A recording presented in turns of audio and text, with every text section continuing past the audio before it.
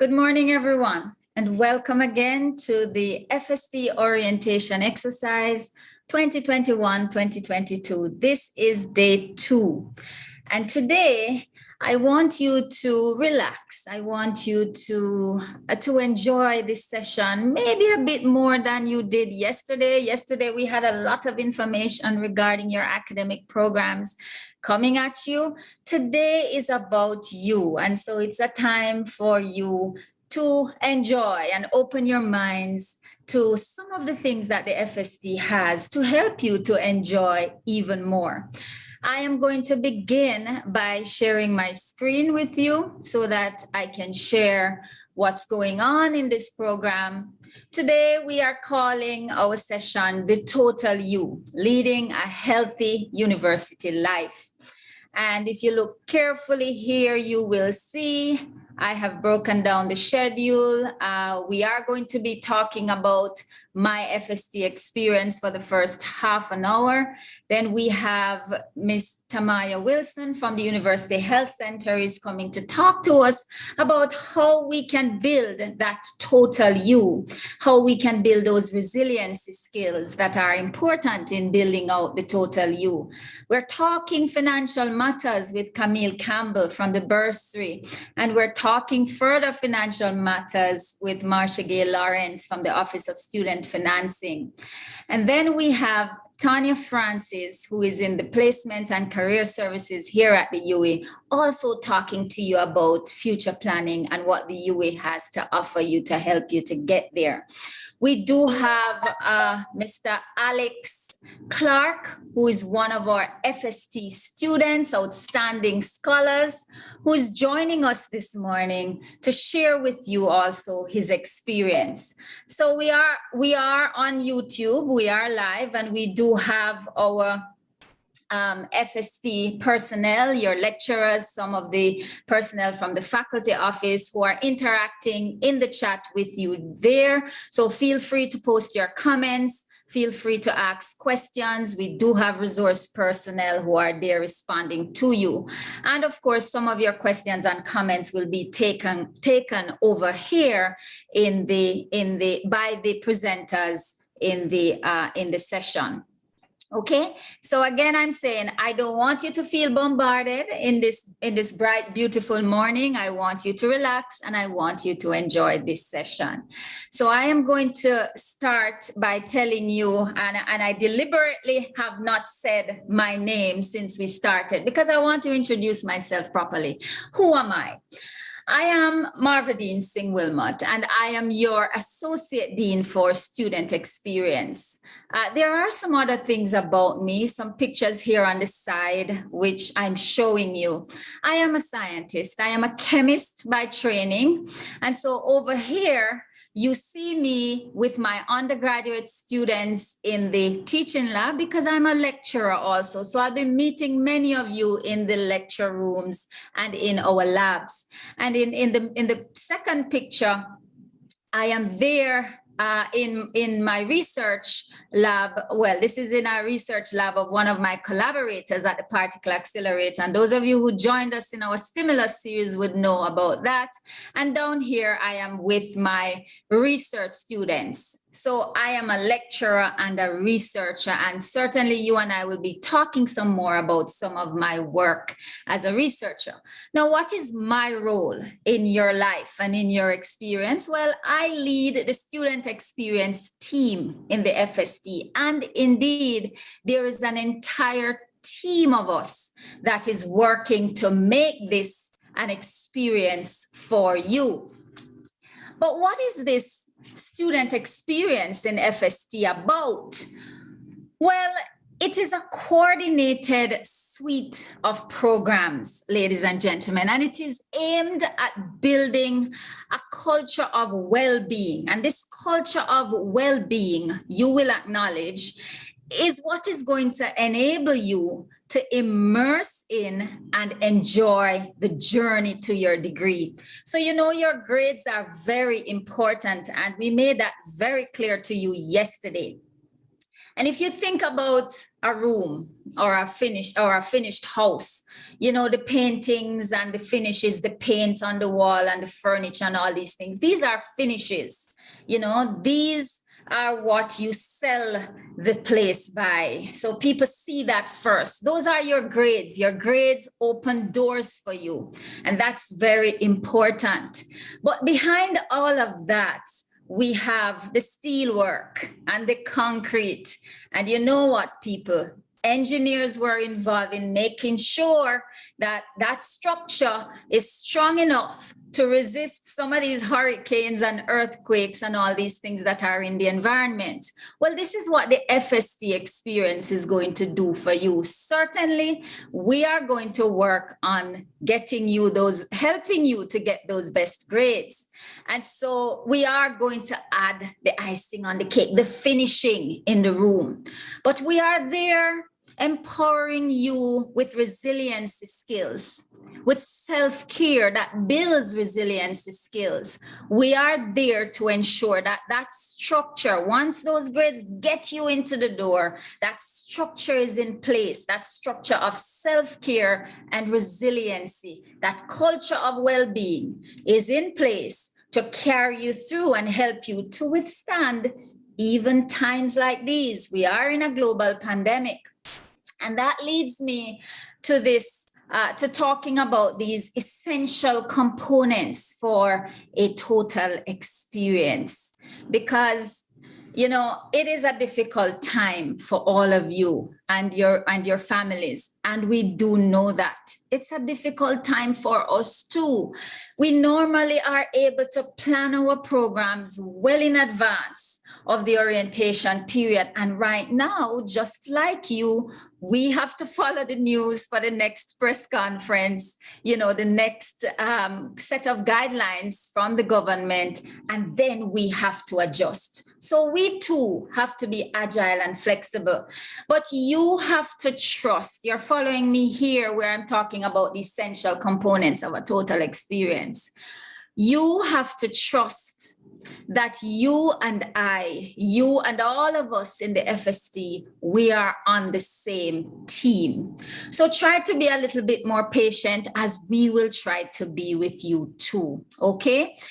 Let us trust that we are on the same team. We want you to get those good grades, and we want you to build resiliency and to be well, to practice self-care. We have to trust that you also believe in that and you also trust us. So we need trust for this relationship to work. You and I, and you and all of us in the FST, we're going to be in this relationship for another 3 or 4 years. And we are working on the same team. So that gets me to my second essential component, which is teamwork. We are going to have to work now more than ever, guys, as a team. It is very important. And you do know that when you are doing group work, trust is important. So for teamwork, to make the dream work, you've got to trust me and I've got to trust you. So I'm reaching out to you right now and asking you to work with us as a team and to trust us. Access is going to be very important. It is going to be an essential component of this relationship here. Because especially since I can't walk out of my office and see you on the spine and have a chat with you, and you can't walk into my physical office space, and spend some time just sitting and talking. You have to have access in the virtual space, and it's much more important now more than ever, so that you don't feel alone and you know that we are there with you and you can get questions answered and problems solved. And toward the end of this presentation, I will show you how we're going to remain in touch. I'll give you that access. And inclusion, I would say, is an essential component.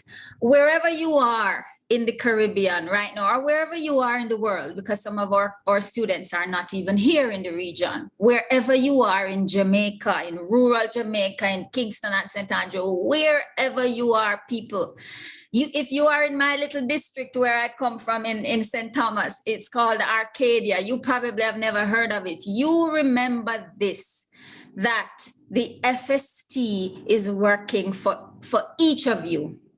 Remember that this is a place that is working with each of you and that our programs are designed for each of you. You remember, guys, that whatever your age, whatever your sex, whatever it is your background, whatever your grades, whether they are grades 1, 2, 5, 4, it doesn't matter. Each of you has equal opportunity. So diversity, equity, and inclusion are important premises on which the FST functions. And I really want you to know that. And I really hope that you're feeling, as I'm feeling in my bones here, the genuineness, you know, with which I am communicating this. All right. So like I said, the FST experience is this coordinated suite of programs that's building the total you. Or maybe I didn't use that word, the total you. So over here, I am showing you, you know, the aspects of you that are important and that we are interested in. Your mental, and this is on my pie chart here, your mental and educational goals. And, you know, educational has been communicated since yesterday. We've been on this. But let's talk about, you know, what's going on in our minds. Let's talk about the mental issues that not only you, and please do not feel afraid if you're feeling like this, because you're not alone. I tell you the truth, people, on Saturday, you know, I really felt as if I needed to get out. And getting out right now, well, it was within the curfew time, of course. We have to be disciplined and follow the rules if we are going to conquer this pandemic. But, and we also, when we do go out, we have to be responsible. But, you know, I got my son and I told my husband, we just need to drive somewhere. And we just did that, just drive somewhere. Because you were feeling that, you know, you needed a break. So I'm saying that to say, if you're feeling a little bit of mental stress in this pandemic, and it's complicated because, you know, there are anxieties and so many things to deal with starting university, do not feel like you are alone. Do not feel like you're worse than anybody and you're not ready for this. You're ready for this. You're just human. And guess what? We are going to help you, and we are focused on giving you that kind of support to help you to build resiliency skills to deal with this. So your mental and educational goals, the total you, social and cultural, connecting you through virtual space. We can do it. We can do it, people. We've had parties. I have seven sisters and 4 brothers all over the world, and we've had our link ups. You know, I've got so many nieces and nephews and friends and even work colleagues. We're connected. So you are doing it. So let's keep doing it with the FST family. Physical and health, and we do have the health center coming here to talk about some of this. But physical and health is important, contributing to the total you. We have to exercise. It wasn't in my culture, but I really have taken it on. And of course, spiritual and ethical, very important. And we've got to focus on that. And we are going to focus on that. Family and home. And certainly you'll see by the resource people we have here talking to you today, your financial and career. These are important to you and your parents and your guardians. I hope you guys are listening with your children and your relatives. They are important to us too. Financial and career is important. So do not feel that the UE and the FST just interested in taking your money. We are interested in how you are doing financially and building out your career and achieving your goals. So at the end of it, I say down here, FST, you know, when you think about FST, we could think fulfilled, satisfied as you go through the journey, and at the end of it, before you know it, you'll be transformed. Okay, so those are these things I'm talking about on this slide are absolutely critical. Now, how do we do it, guys? How do we do it? You know, when you think about the university, you see so many different organs coming together to serve you, our clients. And the FST experience down here, I hope everyone was seeing my screen before. I just got something that said participants can now see your screen. I'm going to pause for Terry or Omar to tell me if people were already seeing my screen. Yes, I think so. Okay, I'm good. All right. So the FST experience down here is connecting with the wider university student experience, which is administered out of the Office of Student Services. We have our own programs designed specially for our students because our students are special, cut above the rest. But the student experience at UWI, we have to tap into those resources, and these are pouring into our FST experience to build it out. So we're taking those to you. And of course, your student representatives are an integral part of this network that we use to support you. So the Guild of Students, your representative this year, Tariq McLean, and I have been working very, very closely from during the summer, and we are rolling out a number of things together. So I'm gonna just quickly, before I wrap up, I'm getting there. I have until 9:30. I'm doing good on time. I'm going to just share with you some of the opportunities that are out there at the Office of Student Services that we can also connect you with, because I work very closely with the head of the Office of Student Services and with the people who are responsible for these different programs. So the first year experience program out of the Office of Student Services is a good one. You know, we've got facilitators all over the campus for you, first year students. And you get into these small groups. These are support groups. Before COVID, we had, nice projects, that community service projects that we would take on. We get a little funding to do that. We would be able to go out on social events and these kinds of things. Of course, now we have to be doing it via Zoom until this pandemic is over. And we are sending those positive thoughts out there and doing what we have to do to make sure that we get out of this pandemic and get back on the campus very quickly. So Simone Williams is in charge of that. And Simone Williams is awesome. She studied here in the FST, even more awesome. They have the health and wellness program involving noonday meditation. There are games and giveaways, yoga. For those of you interested, Shireen Richards is in charge of that. Contact information is all there. And this one, the student advising and support coming out of the academic support unit. We work very closely with ASU and Miss Janelle Morgan, who is in charge of that. They're doing mobile and online consultations. As the name suggests, they are giving you academic support. You know, they have tutors that can help you in your different courses that you might be challenged with. There you see a WhatsApp number. They can do WhatsApp sessions or voice call sessions with you. So there is mobile and online consultations. And we are going to be working with Janelle Morgan to bring you time management and study skills workshop along with your FST rep, Tariq McLean. We are coordinating that one for you, certainly during this semester and at the beginning of next semester also. There is student leadership and governance. You have to get involved in leadership, and Javon Neal is responsible for that. Career and placement, we have a representative here from the Career and Placement Services. They have resume clinics, career counseling. She's gonna talk to you about all of that in a very, very short time that we've given her. We only have a little time, but she's gonna give us a little window into what they have to offer you.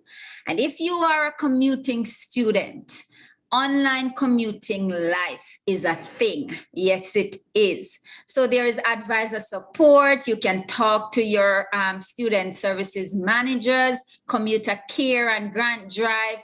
You need to connect within these communities that will support you depending on what fits you. So if you are a commuter, Carisha Larmond is a good person for you to be in touch with. Matters relating to your bus service and your life as a commuter, you know, your space on the campus when you come, there is a commuting students lounge.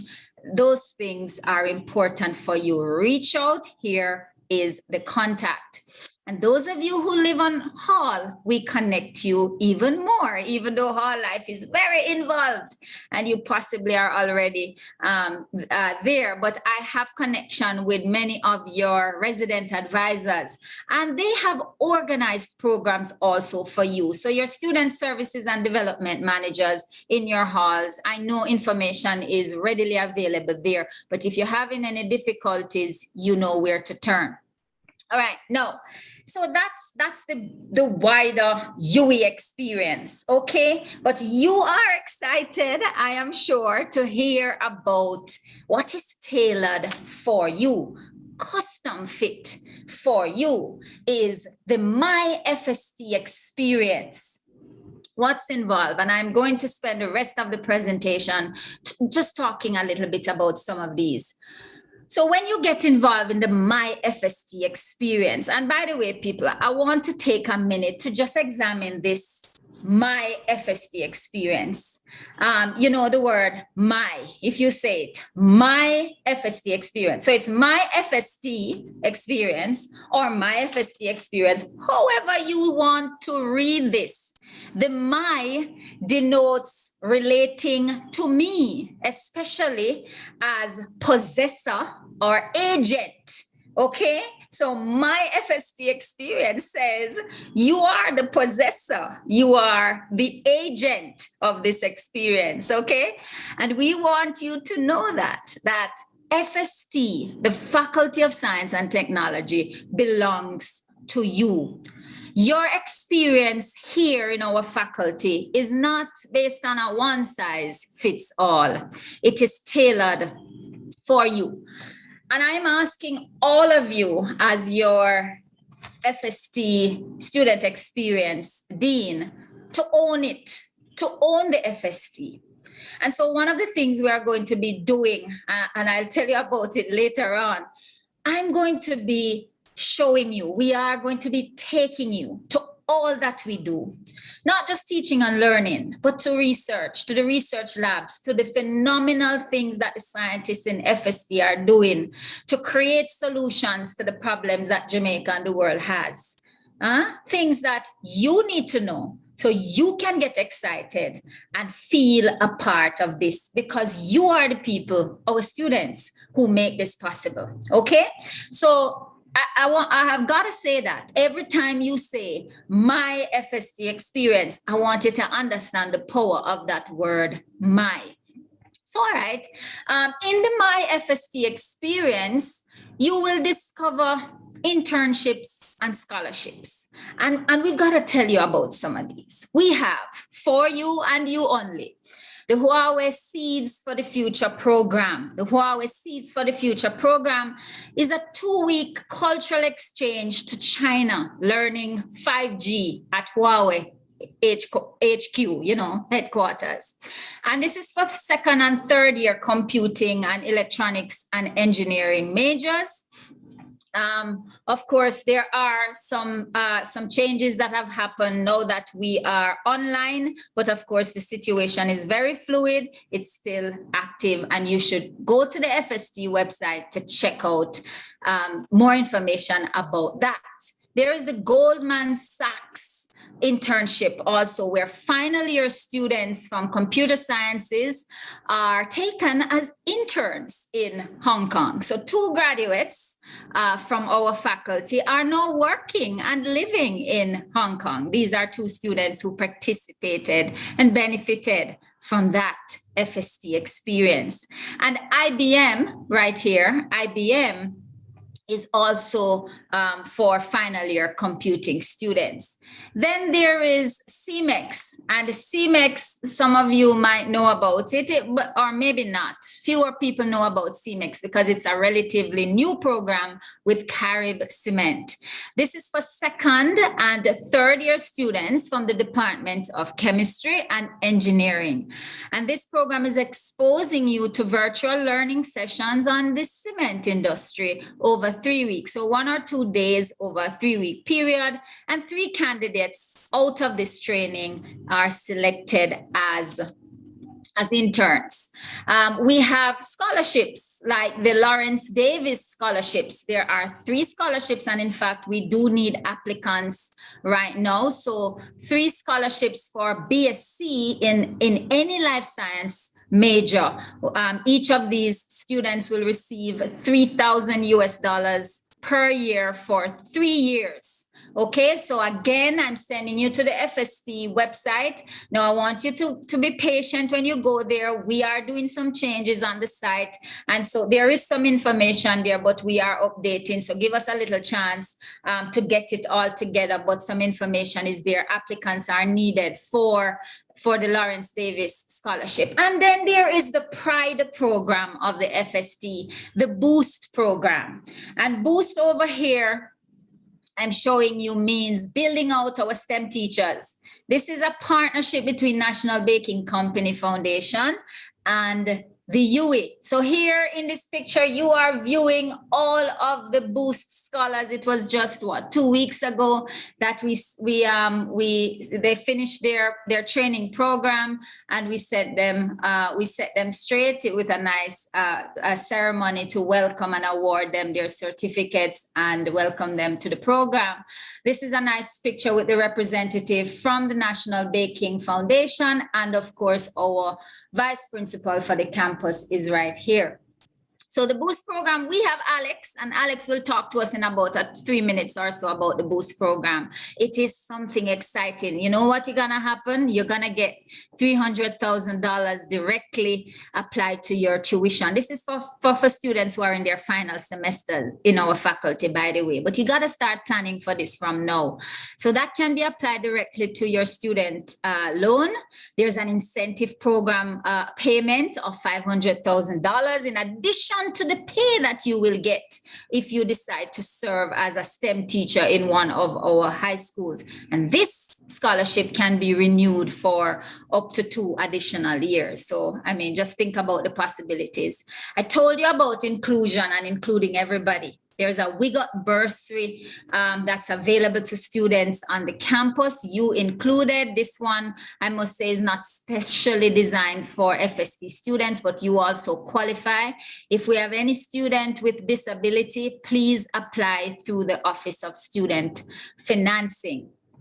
Okay, now, here we go. Now, the other thing I have for you in my FST experience is to encourage you to become a FST club or society member. This is one of the ways you can connect, right? So in all departments, Department of Chemistry, Chemical Society, there's the Department of Computing, all of them. I'm just putting them up here, and again, FST website will have this kind of information. Your departments have also been talking about some of these in the presentations we made yesterday. So as part of your FST experience, where are we going? We're saying, look out for those internships and scholarships that suit you and fit you and go after them. Become a member of a FST club or society. Sign up for the First Gen program. What is the First Gen program? If you are the first in your family to attend UE, then this program fits you. And what you're going to get the opportunity to connect with with alumni who are also first gen. You're going to get opportunities to come to research seminars that are normally for lecturers and research students. You're going to get those opportunities for social programs with alumni. So I'm asking you to sign up for the first gen program if you are a first generation UE student. Learn about cutting edge research in the FST. part of your FST experience. Very important that you do this. The Stimulus Science in Action series was started in August. Some of you have joined us. I'm showing on this flyer the very first one with Professor Rupika Delgoda. It's designed to get you involved in what's going on in the faculty and the cutting edge research that the scientists in the faculty are conducting. It's yours and you need to be a part of it. You can get selected to host one of these Science in Action seminars. And so you will get that firsthand interaction with the scientists that are involved, and you will get training in delivering such a program. And of course, you get the publicity because we have lots of viewership in Jamaica, in the Caribbean, people from Guyana, Trinidad, Barbados. These young people are joining us and all over. So if you want to get selected as a host in Stimulus, let us know. I'll soon tell you how to let us know. And get appointed as a FST student reporter. We want students out there in each department to be capturing student experience stories and sending them to us. So I'm gonna ask, I sent this link to Dr. Gallimore, who is your immediate past Student Experience Associate Dean, who is over there in the chat with you. Dr. G, can you put this in the link there for them? This form will allow you to sign up for First Gen, sign up for getting selected as a host for Stimulus, and sign up to be a student reporter with us. There are many other programs, guys, and my time is gone. Let's quickly run through them. And if you want more information, when I come to telling you how to get access, you just link me up. Benefit from our holistic development program. We're dealing with mental health, motivation, entrepreneurship. We have experienced people who you might want to connect with delivering these seminars. Connect with our alumni. So we have successful people who have gone through FST. We want you to be inspired in these motivational seminars because young people, if you don't feel the excitement of studying STEM and of being in FST, then you really do need to take a look at what's going on in the world. All of the problems that we have, from this pandemic to climate change, all of them have the solution lying in you, in STEM professionals like you. And you're just starting your journey, but in fact, you've started already because the knowledge you have from CAPE and CSEC is a good start for showing you that you have the solutions. So it's a time to be excited. There's never been a more important time for us as scientists because we have the solutions to these problems. So qualify for the honor societies. Chemistry as an honor society, physics and life sciences, your grades are what get you there, but you get lots of opportunities for networking with alumni, for networking with lecturers in research seminars. You get a preference with internship. Oh, and by the way, when we were talking internship, did I tell you that the Natural Products Institute, led by Professor Delgoda, you remember I told you she participated in our stimulus series this month. She has agreed to also take some of you as interns if you are interested. And so some of these internships will be available to students in our honor societies. So these are the kinds of things that those grades open for you. You see, the door opens with those grades. But don't worry, if you never made the list and you still have that excitement, let us know. We work with you to get you to make the Dean's List, the honor roll, the commendation list, and the honor society in the next year. We are working for that. So once you do well at whatever you're doing, you can get an award at the Fst Awards Ceremony. Chemistry has 8 awards, computing 1, geography and geology 7, life sciences 7, math 3, physics 4. You must get one of these awards, okay? You are going to get it if you immerse in the My FST experience. And we have, you know, we always represent, we're at the CB 5K. UE always does very well. We don't know how that one is going. I put it there still because my fingers are crossed that we are going to be out by next semester and get this thing under control. We have a photography competition. We have FST week that's coming up with the Guild of Students. We'll be working to arrange all of this in semester 2. We have study skills workshop. I told you about that. And with the Guild, through your Guild rep, we'll be working to get those FST shirts and your personalized FST jerseys so we can wear them with pride. So the entire Jamaica and the world can know that you are a part of greatness, right? You are a part of the solutions to the problems that they all have. So, you know, I said access. Access is important and teamwork is important. Teamwork makes that dream works. And we have a team. We have, and our team isn't finished building out, so I don't have the pictures of everybody yet. And I don't even have the geology person on here yet.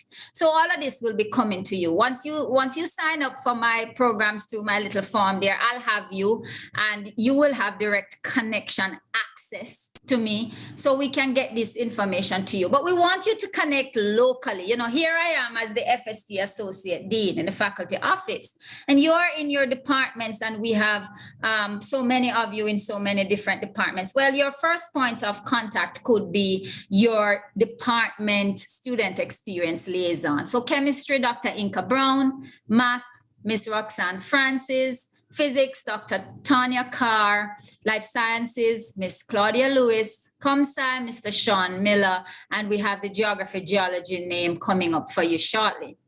Access people, connect with us at the My FST Experience at uemona.edu.jm. We also have a WhatsApp number for you there. Connect with me at marvadine.singwilmot@uemona.edu.jm. And I have a special WhatsApp number here dedicated also to you. Okay, so access, we've covered that. And so that's it for me, everybody. I end where I started. It is an absolute pleasure to meet all of you. The only problem I have is that I can't look into your eyes. Because when I look into your eyes, I'm telling you, I do feel what you feel. So you've got to talk to me, people. You've got to talk to me. So we are going to stop there. And I am going to, you see, I put up back this total U because we're going to have Miss Tamaya Wilson, who is coming up right after Alex talks to us. And she will be dealing with a lot of this relating to the total U. So everybody, that's it for me. I'll be around. I'll be hosting the rest of the session, and you'll be hearing from your presenters. It's great to talk to you, not just you. I hope parents and families are listening to us. And I want all of you, parents, guardians, aunties, uncles, all of you to be a part of this team that's going to make this dream work for all our students. Okay, everybody. Thank you very much. I'm going to end my slideshow here, stop sharing my screen, and then I'm going to invite Alex. Alex, you're going to turn your camera on, and you're going to share with you have some things to share with our students, don't you? Take it away, Alex Clark, everybody. Definitely. Thank you, Dr. Marvadine Singh Wilmot. I want to, of course, make a special good morning to all and new and incoming students, to the Faculty of Greatness. Of course, you've heard this term being thrown around, and it's not a term to be taken lightly. We are the Faculty of Greatness, and we welcome you. We love to have your presence here. And definitely from the presentation that Dr. Singh Wilmot have given, you have noticed that this is a community. It's not just a body that facilitates your academic development, but also your leadership skills, your social skills, your of course, your academic skills, and your development in general to push you forward, push your skills, drive you to be the best you can be so that you can be a contributive member of our society. Of course, my time at the UA, of course, is one of my most memorable times. I know it will definitely be one of my most memorable times. Unfortunately for you, though, under this current climate of the pandemic, a few things might not be accessible to you. But don't worry, I'm sure, as Dr. Singleman said, you will be immersed, you will feel that excitement, and we will be there to guide you through this system. Alex, I want to Alex, yes. tell us what you study and where you are at this moment. Fantastic. I first of all, I must say I'm a student of the Department of Life Sciences. So you might see feel a bit of bias coming out because I will be talking about my department very much so. I studied BSc in environmental biology. So I'll be outside studying ecological matters related to terrestrial and marine systems. And of course, in our department, you know that there are several other areas that you can take up in zoology, botany, molecular biology, and so forth. Right. Alex, are you finished? Where are you in your program? I am technically finished. So essentially my degree needs to be granted, but I have covered all the bases. So that's where I am currently. So you have just finished. And Alex, Absolutely. You are a Boost scholar. Definitely, right. Tell us about your Boost, your involvement with Boost, and how you feel and why students you think should get involved in this. Definitely. So when this program was I saw it in an email. You have to keep up with the email, guys. So I saw the program being advertised in an email. I read through it and I went to an information session, which was where I got a bit more information about the program. And essentially, of course, we know that this is the brainchild of our very own dean, Professor Michael Taylor, who basically envisioned or saw that we have a dire need to increase our STEM competencies in Jamaica to, of course, further our developmental goals. And of course, with that, in order to increase STEM competencies, you definitely need to increase the amount of STEM teachers that you have in the system. And of course, we recognize that there is a heavy or a high amount of attrition, teachers leaving the profession for whatever reason. So what this program aims to do is definitely facilitate a constant stream of qualified quality science educators every state this demand and expand the reach of science to our society. Okay, Alex, thanks. Now tell us about some of the things you did, because you would have also been studying in the COVID era in your final year. Tell our students about how the FST experience supported you and how you think our faculty supported you in achieving your goals. Definitely. When this pandemic hit, of course, we knew that it's a novel idea. It was new to everyone. But what I must say, that the faculty adapted absolutely quickly, very quickly, getting information out to students, setting up platforms, assisted with maneuvering platforms, transitioning what would be in-field or in-lab work to the online setting, so you can have your holistic development not diminished merely because it is online. And I definitely believe that the faculty has done the utmost job in ensuring that our capabilities are not diminished simply because we have not been in the field or outside. So those skills are still engraved in us through these platforms facilitated by the faculty. Okay, thanks, Alex. Now tell us, were there any moments as you traversed FST, where you felt like it was difficult, and where did you reach? Were you a part? How did you personalize this FST experience?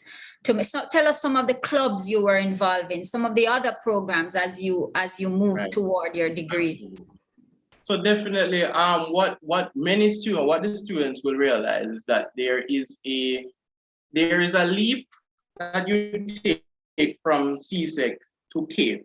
Then there's another leap that you will take from CAPE to university. Now, some people might find that the leap from the CAPE to the university may be a bigger leap than they've taken before.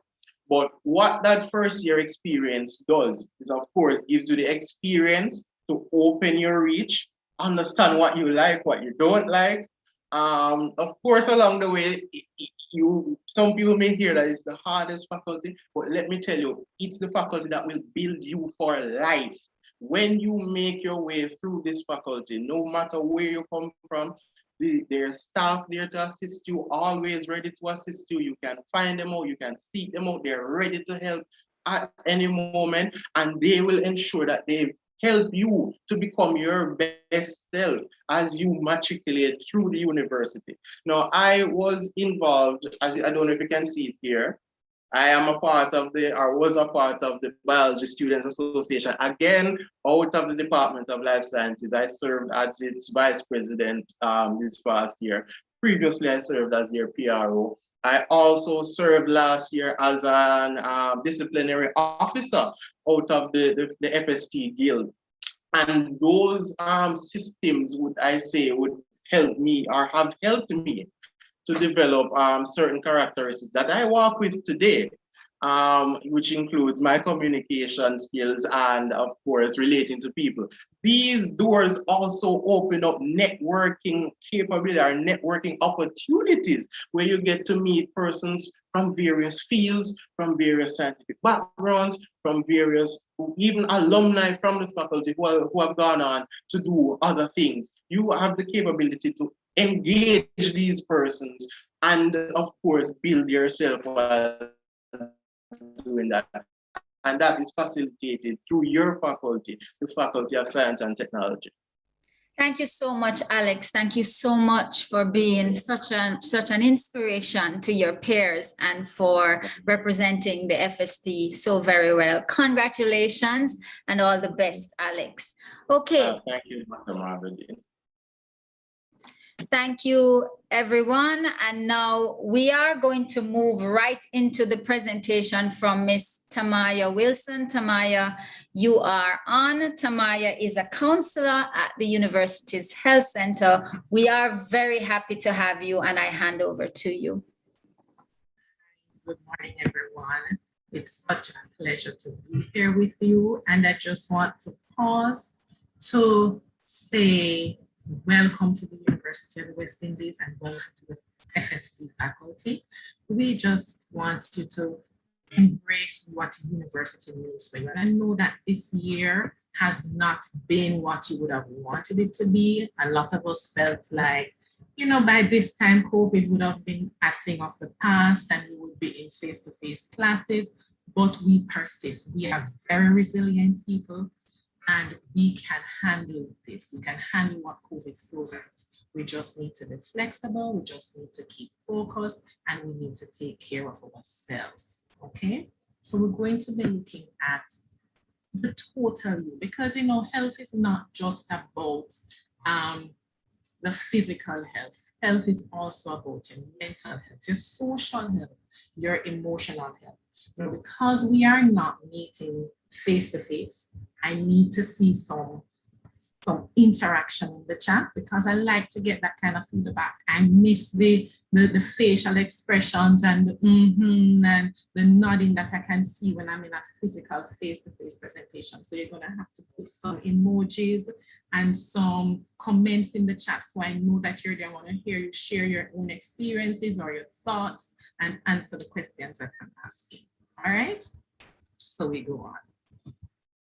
I wanted to take some time to think about what you will be doing as a US student this year.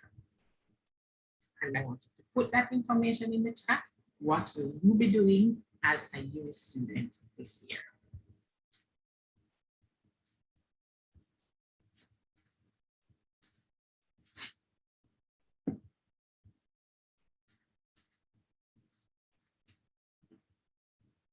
To hear from you.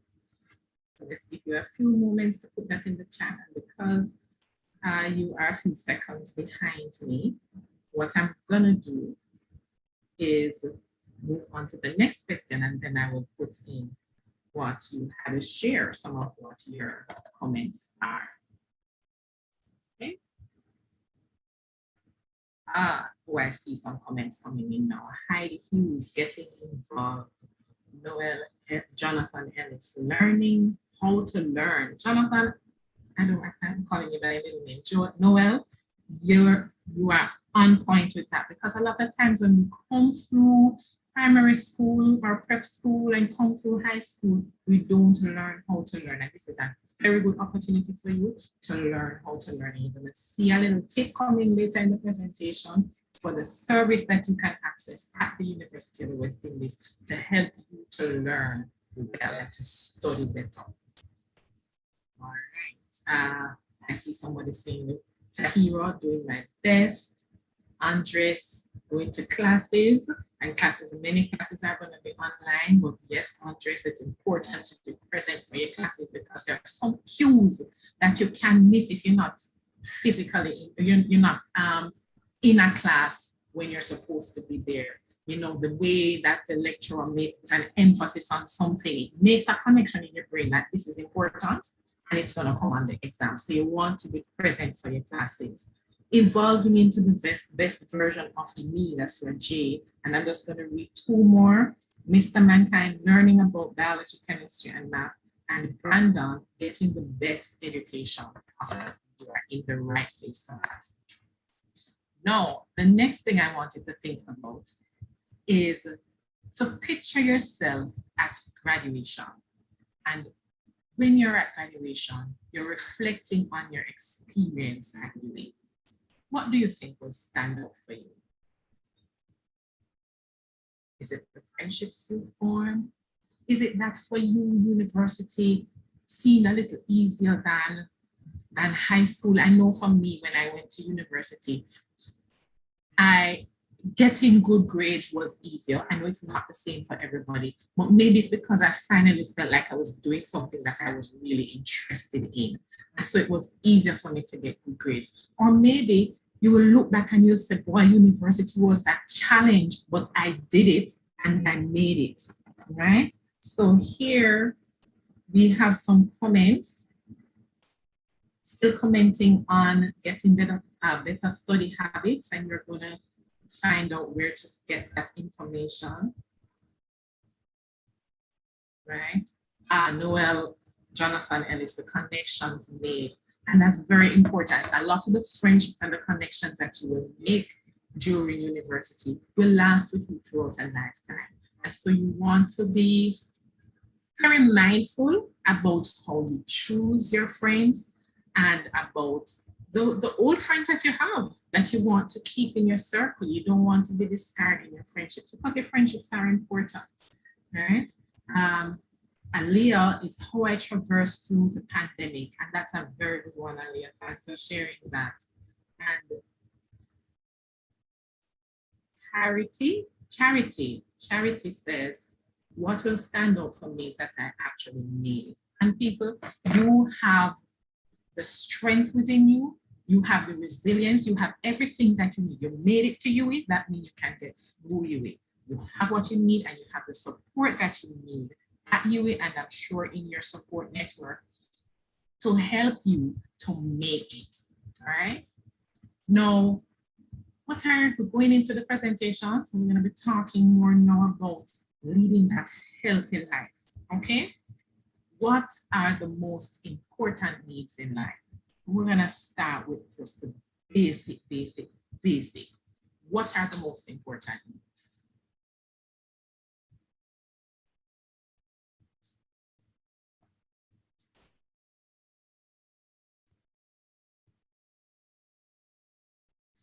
Moy is saying that she's going to be looking at the entire journey during graduation.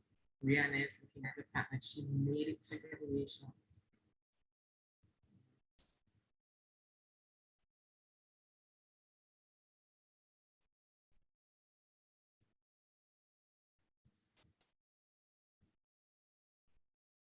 So I want to hear from you, what are the most important needs in life? Just basic, if nothing else was happening in your life, if nothing else was going well, and you had to choose the most basic things, what would be the most important needs in your life? Like for the human life, for people's life, what is it?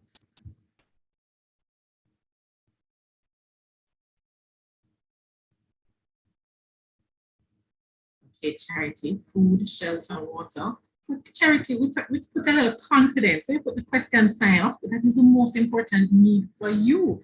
And it is indeed an important need for many people. Thanks for sharing that, Charity. I really appreciate that. Tahira, food. Lloyd Choi, or Louis Choi, I don't want to mispronounce your name. Food, clothing, shelter, electricity, Wi-Fi, value and education. That's Mr. Mankind. I like that. All right.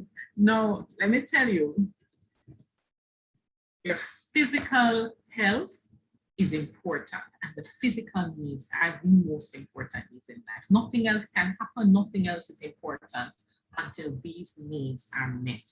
And if you notice, I have breathing there.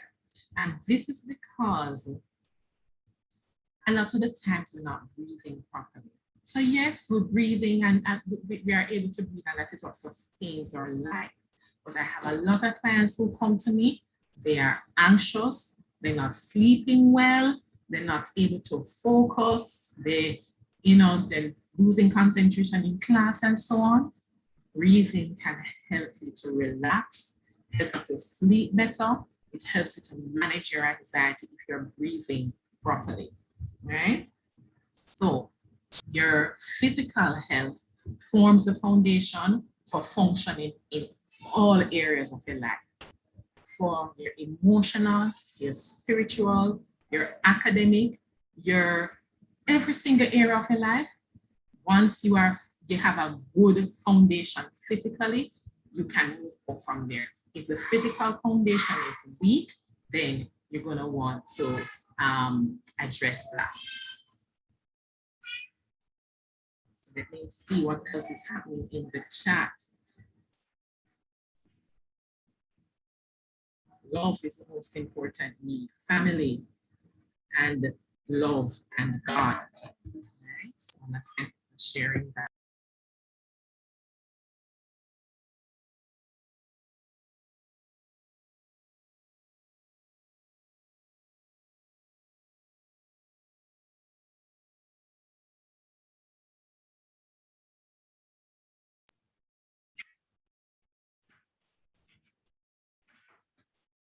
Thank you for that. Naja Allen, salvation through Jesus. Thanks for sharing that, Naja. So we're going to be going into what leading a healthy university life is about from the physical perspective. Now you see I have this healthy trio, right? Of a healthy trinity. And as I mentioned, sleep, nutrition, exercise, and healthy trinity. When clients come to me, I always ask about their sleep. How are you sleeping? How many hours of sleep are you getting per night? I ask about whether or not you're waking up frequently, or if it takes long for you to fall asleep. That's important information for me to assess how you're doing emotionally and mentally, right? In terms of nutrition, I also ask about the client's nutrition. Maybe the client is not eating properly because of financial issues. Maybe they're not eating properly because they have a social situation. They maybe have social anxiety, so they don't want to go out and get food, and so they're not eating as much as they need to. Nutrition is important, right? And exercise, let me tell you, exercise is so important to keeping you grounded, and exercise is important to keeping your brain active and helping you to be able to focus and retain information, right? So when you're looking at your physical health, you want to look at your nutrition. You need to eat healthily. It doesn't only mean eating 3 meals a day, right? That is basic. We just need to have food to survive. That's basic. But you're looking at optimal nutrition. Your plate needs to be colorful. Your diet needs to be colorful and not artificial coloring. Now, we need to have the fruits and vegetables in your meal, and you need to have a lot more of it than we're having. I'm sure many of you are not having the amount of fruits and vegetables in your diet that you need to. And so you need to look at ways that you can increase it. And you don't have to say, make this change by tomorrow, I'm going to have my 5 servings of fruits and vegetables per day. You can make it a gradual step. If you don't eat any fruits and vegetables, you can say, okay, for this next week, I'm going to eat 1 fruit or vegetable every day. And just make it a little goal that you can work towards, right? I'm still watching the chat for comments. I want to hear from you, right? The other thing important with your meals is to keep your food as close to its natural form as possible. So for example, having grapes is actually healthier than having raisins, which we know comes from grapes. Having the guava is going to be healthier than having the guava jam, right? And even the guava juice. And so you want to keep your food as close to its natural state as possible. Reduce the processed foods and increase the number of natural foods in their natural state in your diet, right? And of course, you want to eat in moderation. You want to make sure you're not eating too much or too little so that you have enough energy and the right mix of foods, okay? And exercise. So I mentioned that exercise is so important. You need to exercise regularly. We know the bare minimum, 30 minutes per day for 3 days per week as a minimum. And let me tell you, if you're doing that, kudos to you. And exercise doesn't have to be boring. It doesn't have to be a chore. You can find ways to make your exercise a little bit more interesting. So different people like different things. It might be that for you, that exercise or physical activity is going to be in your involvement in a sport. So whether you're going to be playing tennis or football, netball, basketball, volleyball, you're going to be doing track and field, whatever it is, you're going to be looking at ways that you can increase your level of physical activity. Just going out walking in the morning. And even though you are at home, for a lot of your classes, it's important for you to get up, to stretch during your classes, to take a break in between classes and do something that gets you physically active. Run on the spot, jog on the spot, do some stretches, right? And keep your blood flowing and going. You also want to ensure that you're getting sufficient sleep. So I mentioned that you need 7 to 9 hours of sleep per night, and this is for college age students, right? Now, when you get into 7 to 9 hours of sleep, I know that during exam time, you're going to need to be making some kind of sacrifice. You're going to need to cut the number of hours, but I don't want you to be doing all-nighters every night during exam period. That's not going to be healthy. It's not going to keep your optimal level of functioning.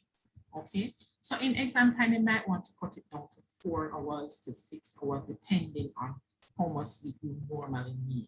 Okay, if you're going to be pulling all-nighters, don't pull an all-nighter in the week of exams. You want to try and do that 2 weeks or a week at least before your exams so that your body has an opportunity to rejuvenate itself.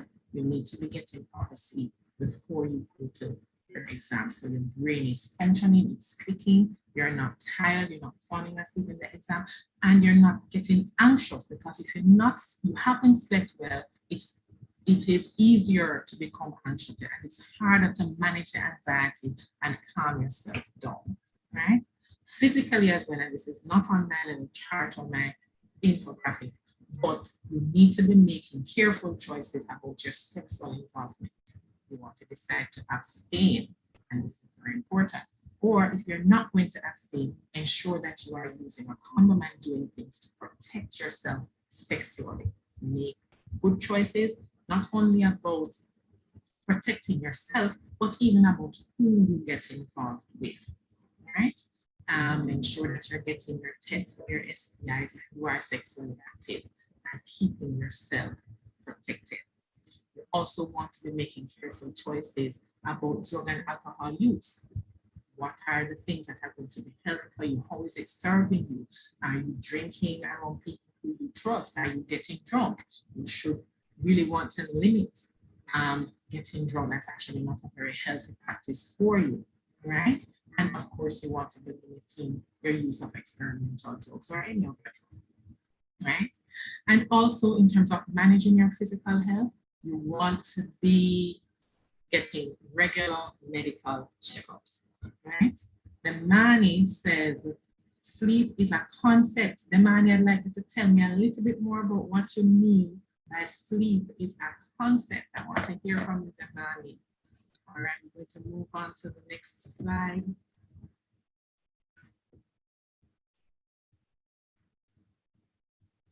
Okay, and I'm going to exit this so that I can share a video with you.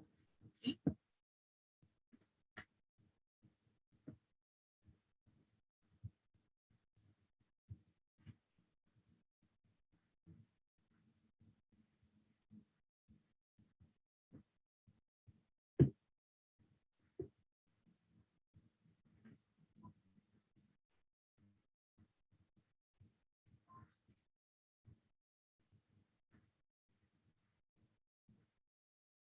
Here we go.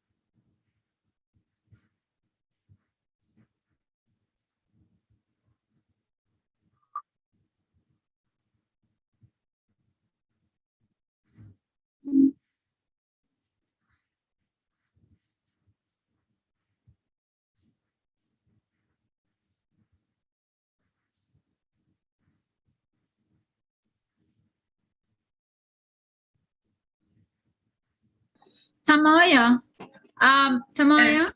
yeah, Yes. there's no sound on the video. Is that okay? We're seeing the caption. Oh, you're not hearing the sound? Oh, Oh, there. no sound at all.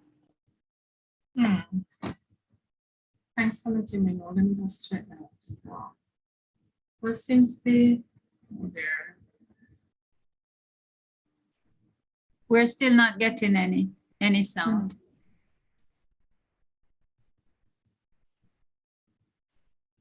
So maybe you have to talk them through it. I will.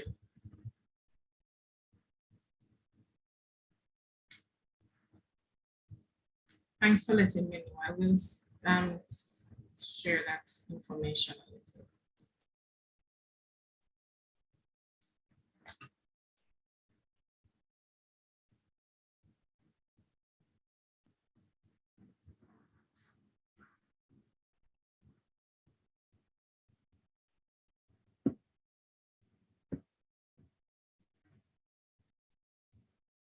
Okay, I have stopped share because you're not hearing. I'm going to just try this again to see what may happen on my end. So, Oh, you are also very low. Your audio has gone very low. okay. Okay. And Omar is suggesting that you reshare and select audio. I don't know if in the interest Right. of you will move ahead, but okay. Right. I will do that.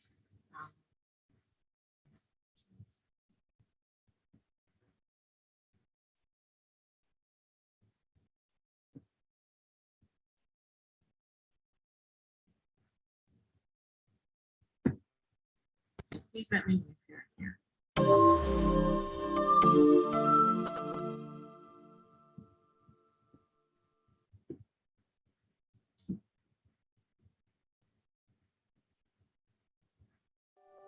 It wasn't like it hit me all at once. Are you hearing?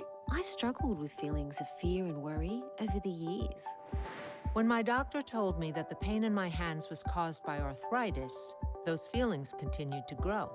I started to worry that I wouldn't be able to do the things I love, like gardening and playing the piano. I started having panic attacks and feeling like I couldn't breathe. I already had asthma, which can make breathing hard anyway. I was so stressed that I had trouble falling asleep at night. I found myself so tired during the day that I could barely focus on my work.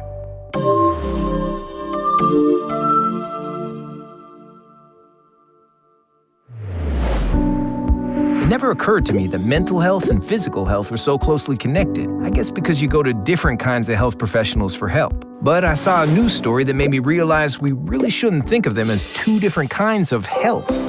We're joined today by Dr. Alan Welch, a medical doctor who says we should be thinking about our health much more broadly.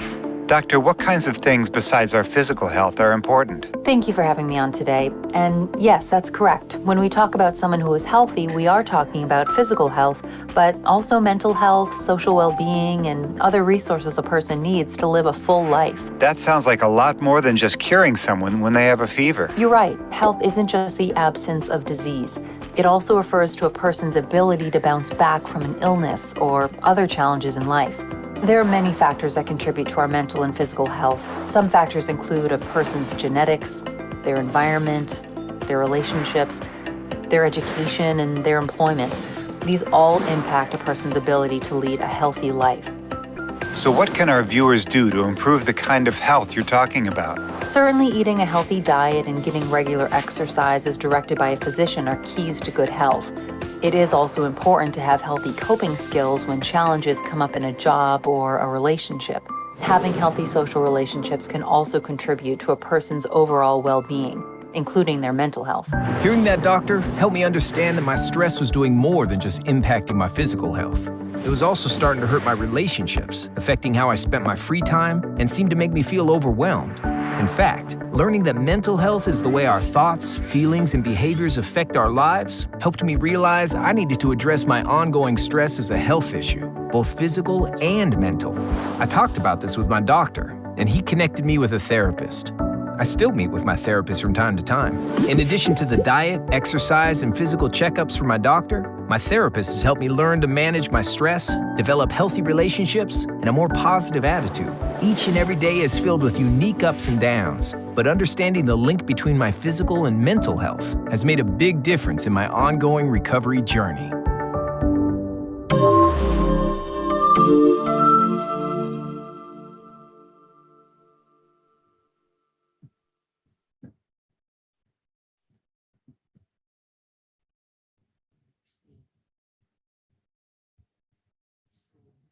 That you were able to hear the song on that. I want to hear from you on what you thought about the connection between. Amaya, your volume is now very low. Volume is low. Yes. What did you think about the connection between your physical health and your mental health? Anybody recognize that there was a connection? Is this new information to you? Or is this something that you knew before? I want to hear from you guys.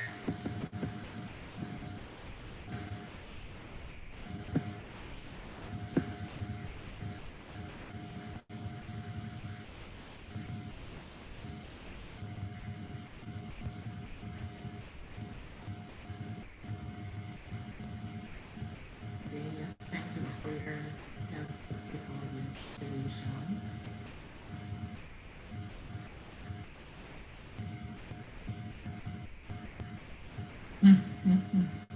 Sabrina, sleep is a concept that I enjoy putting into practice.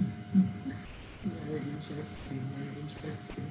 But listen, guys, I know you feel like you don't need a lot of sleep, but your sleep is important. It has an impact on every area of your life, right?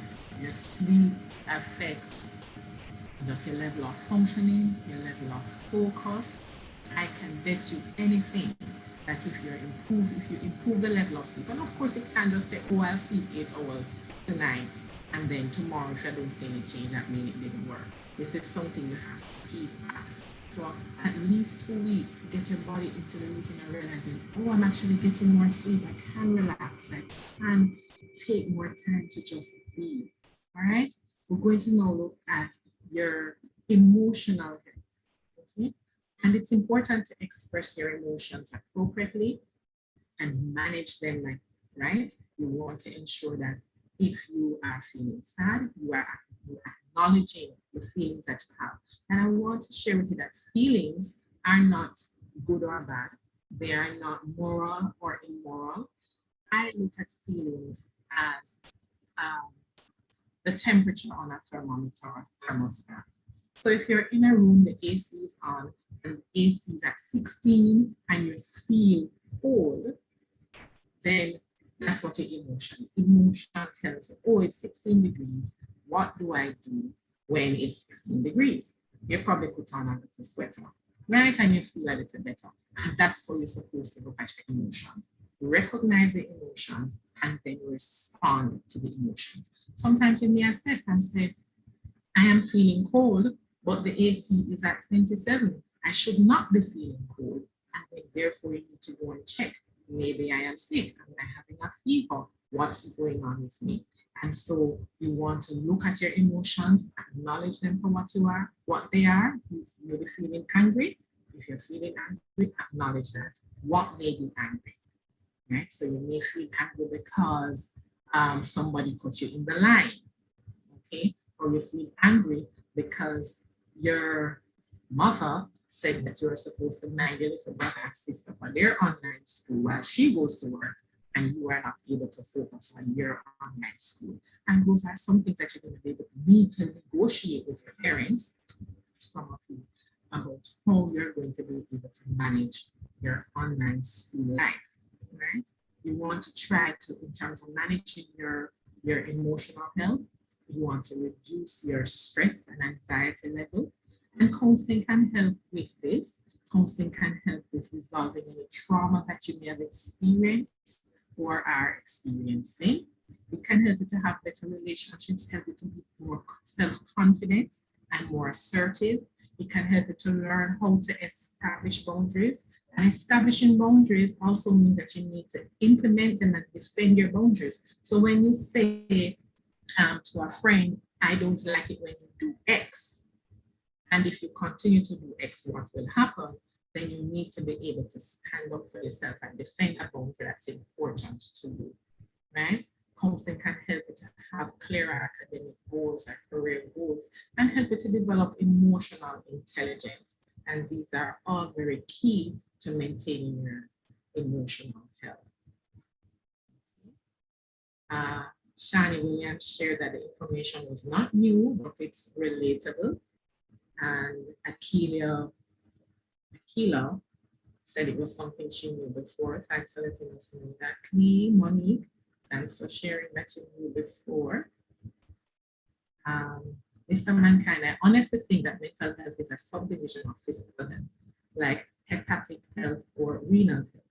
Mental health just focuses on the brain as the organ of interest. Thank you so much for that perspective, Mr. Mankind. I love how you guys are keeping engaged in the chat. It's helping me to know that we're paying attention, and it's important to be paying attention and being engaged when you go to your online classes, despite how difficult it can be. Right? Cassidy Constable says that her mom always says that she should be active because it helps the brain, and Martha knows best in this case. Right, Cassidy? So we're going to be looking now at your friends, your social life. And life is better with friends. Friends divide your sorrows and multiply your joys. And if you choose good friends, good people to have around you, then this is true. Right? If you're not making good choices, then coming to counseling can actually help you to make better choices about how you choose your friends. But right now, I want you to think about, you don't need to share this in the chat, but I want you to think about and be very conscious of who your friends are, or who your confidants are. Who are the people who you trust? Right? I want you to think about that.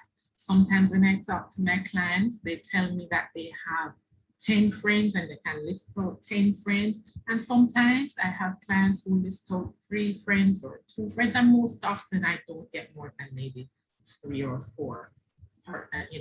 Persons sharing that they have 3 or 4 close friends that they can share with.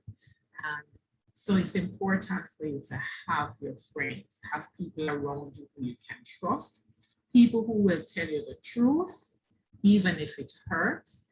And, there is a popular Bible verse that says the wounds of a friend can be trusted.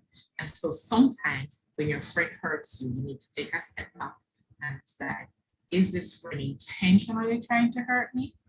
Has this friend tried to, and even look at how you as a friend are sharing information or telling a hard truth to your friend. When you have some hard truth to tell your friend, you don't just dog them out and embarrass them, or you don't say it in public, and maybe you go around the bush and you try to beef it up and make it kind of easy for them to take. That these are the kind of people who, yes, they tell you the truth, but they're telling you in as easy a way as possible. Who are your confidants? Who are the people you trust? And this is important.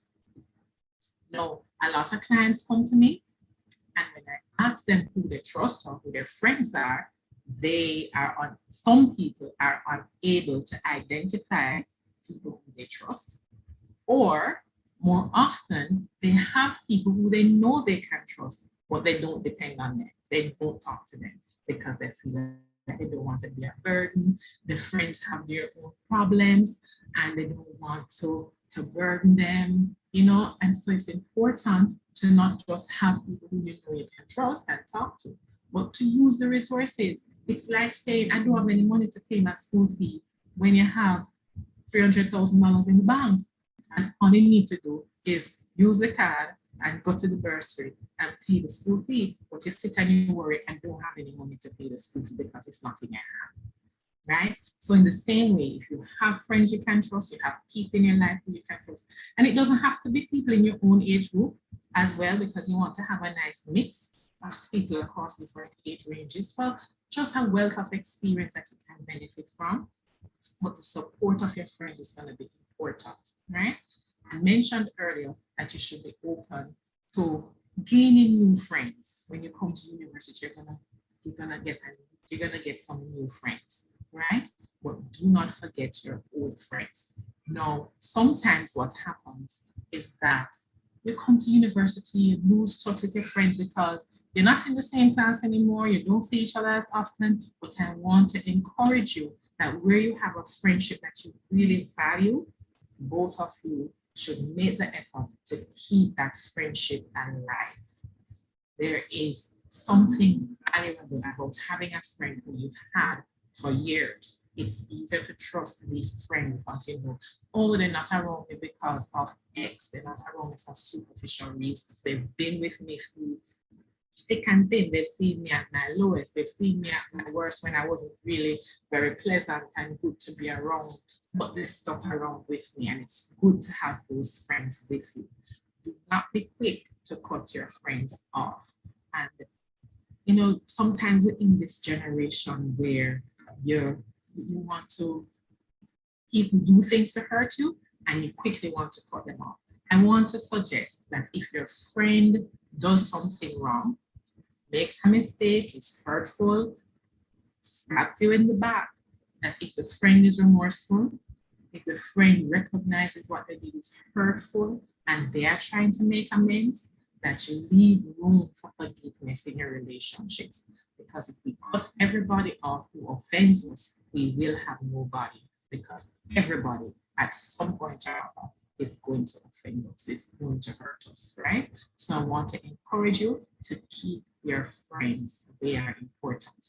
Next thing in terms of social health is to ensure that you are getting involved in co-curricular activities. There's a club or society or a movement designed for every interest, for your intellectual, spiritual, social, economic, relational, and physical needs. If you're interested in photography, if you're interested in the arts, there is something there actually for every one of you. And so I want you to go and search that out, and you can get that information from the Office of Student Services. I'm looking back in the chat. People, you're talking to me, I need to hear you, we'll need to see some more info. Right. Now, in terms of your intellectual health, it is important to become aware of what is available at the university. Now, one person mentioned that he wants to learn how to learn. And the academic support unit at UA is the place to go to learn how to learn. The academic support unit will provide free tutoring and give you one-on-one help with study skills and your concerns. When you're looking at your learning style, the academic support unit can help you to identify what your learning style is. Are you a more visual learner, an auditory learner, a kinesthetic learner? What kind of learner are you, and how are you going to use this information to study better, to study harder, to study smarter, not harder, right? What are your peak hours? When are you functioning best? Is it that you function best and retain most information when you're up in the wee hours of the morning? Then that's the time you need to get up and study, right? And maybe not because all your friends get up and study in the night, mean that you have to do it too, because your peak functioning might be in the morning or in the middle of the day or early evening. Figure out what your peak time is. Use it to your advantage. The subjects that are most difficult to understand, those are the subjects you're going to study at your peak time. The ones that are hard to grasp, you're going to say, okay, I'm going to leave this until 2 o'clock in the morning when everything is quiet and still and the time is cool, and I'm able to focus a little better and you'll be able to get it. So maximize on the strengths, right? You want to ensure that you're using the facilities that are available at the university, the libraries. There are open lectures that come up from time to time. Go to them and just be able to hear new information and stimulate your thinking, right? Also, seek your academic advisor when you need advice, but not only when you need advice. Sometimes you think that, boy, everything is cool, I am okay, I'm good. Just check in with your academic advisor every once in a while. Certainly, I would say at least once per year to make sure you're on the right track. You do not want to end up in 3rd year and you're thinking, yes, I'm going to graduate, and you realize that you did a course in 2nd year that you didn't need to do, and now you have an extra course to do, right? So check in with your academic advisor.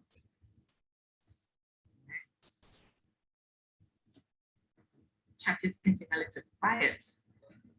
All right, now tell me how you can maintain your spiritual health at university. I want to hear from you some of the things that you can do to maintain your spiritual health. It's not an area of your life that is to be discarded or ignored. It is important to remain connected or to explore if that is where you are in your life, right? And I want to introduce you also to the chaplain's office. It is next to KFC on the Ring Road. So you can look out for the chaplain's office, and you can also look them up online to get their contact information. And the chaplains are there to give you, to serve religious groups on the campus. It's not just Christian, there are many denominations from Christian. I'm sure there are other religions that are served. Okay, Winklet Gallimore is saying that you want to, okay, that students want to volunteer, and that's great. That's great. Winklet, I want you to look out for them, mark the names and give them a call, right? Tahira Bristol says she's going to maintain her spiritual health by praying continuously. And sometimes prayer is what gets us through the hard times, right? We get a sense that we look out, and that is not everything is dependent on me and my own resources, but that there is a resource or a source that is outside of myself that can strengthen me and that is there for me. Yes, Nassine, there is a KFC on campus, and there's a Burger King on campus, and there's a Juicy Beef on campus, and many other kiosks and areas for getting food. And Akila says, attend your individual religious services or do personal devotions or group studies. Abigail says, pray and read the Bible. Akila also added meditate. Clean Money says, have devotion, right? It's important. These things are some good tips. Praying even when times are good. That's a good point there. Meditation, Najib, thanks for sharing that. Meditation is actually very helpful. So it's a spiritual discipline. Cassidy says, pray and read the Bible. Right? So thanks for sharing those things. It's important that if these are things that you used to do, that's what got you through high school, that's what got you through life so far. Don't let go of the things that have been working. All right. Now, financially, this is one of the areas that students come to counseling for a lot, because the financial stress is affecting other areas of their life. So you look at the root issues, right? The root issue is, well, I don't know how I'm going to pay off the fees. I'm owing fees. I am barred from exams because I owe fees, or I cannot see my grades because I need to pay off some fees, and it's causing anxiety. You can't register for the next semester. And so you want to be looking out for ways that you can make plans and things that you can do to enhance your financial health. You want to make realistic plans about your education. So it may mean not coming to university full time, and that might be a disappointment, but it's better to face that reality and deal with what is, rather than to try to do it full time and then you don't perform optimally because you always have this constant pressure on how am I going to pay off these fees, right? So maybe you need to be part-time instead. You also want to make a budget and stick to the budget. Now, I always tell people that a budget is to serve you. The budget doesn't master you. You are the one who creates the budget. And so where there needs to be changes or flexibility, you need to do that. But your budget must tell you, you are basically telling your money how you want it to be spent. And you know that if you take money from one area, it is going to impact something else, right? So you want to be staying in budget as best as possible. Also, always be on the lookout, listen out, check your emails and notice boards, etc., for scholarships and bursaries that are offered through the Office of Student Financing and also in the local newspapers. You want to be looking out for these opportunities and a means of relieving that financial burden. Also, the Office of Placement and Career Services can assist you with finding a part-time job. So I have those websites listed there. I'll give you a moment to write them off. And let me go back to the chat and see what persons are saying. Sabrina says personal devotion to develop a relationship with God. And Nasha Allen, daily prayer and meditate on the word. Sabrina says that she didn't know that you extended their scholarship deadline twice. Yes, they did, because, and this is one of the things that has happened since COVID, is that people are becoming a little bit more flexible, because this is not a problem that is just affecting one group, it's affecting all of us. And so we're a little bit more understanding of each other and of the limitations. And so as we realize that lockdown don't just affect one community or one set of persons, it's affecting everybody, then the university is also trying to be flexible and to work with you. And so if you see this deadline happen, don't make the next deadline pass, apply for the scholarship. There are scholarships that are available for people who have need and who are in financial need, but there are also scholarships for persons based on performance. So you don't want to exclude yourself. If you see a scholarship, apply.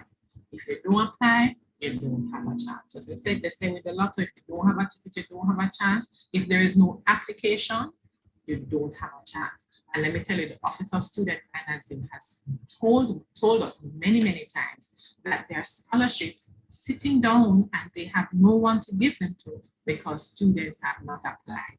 When you need to work, you need to, some students don't apply because they need to write a little essay.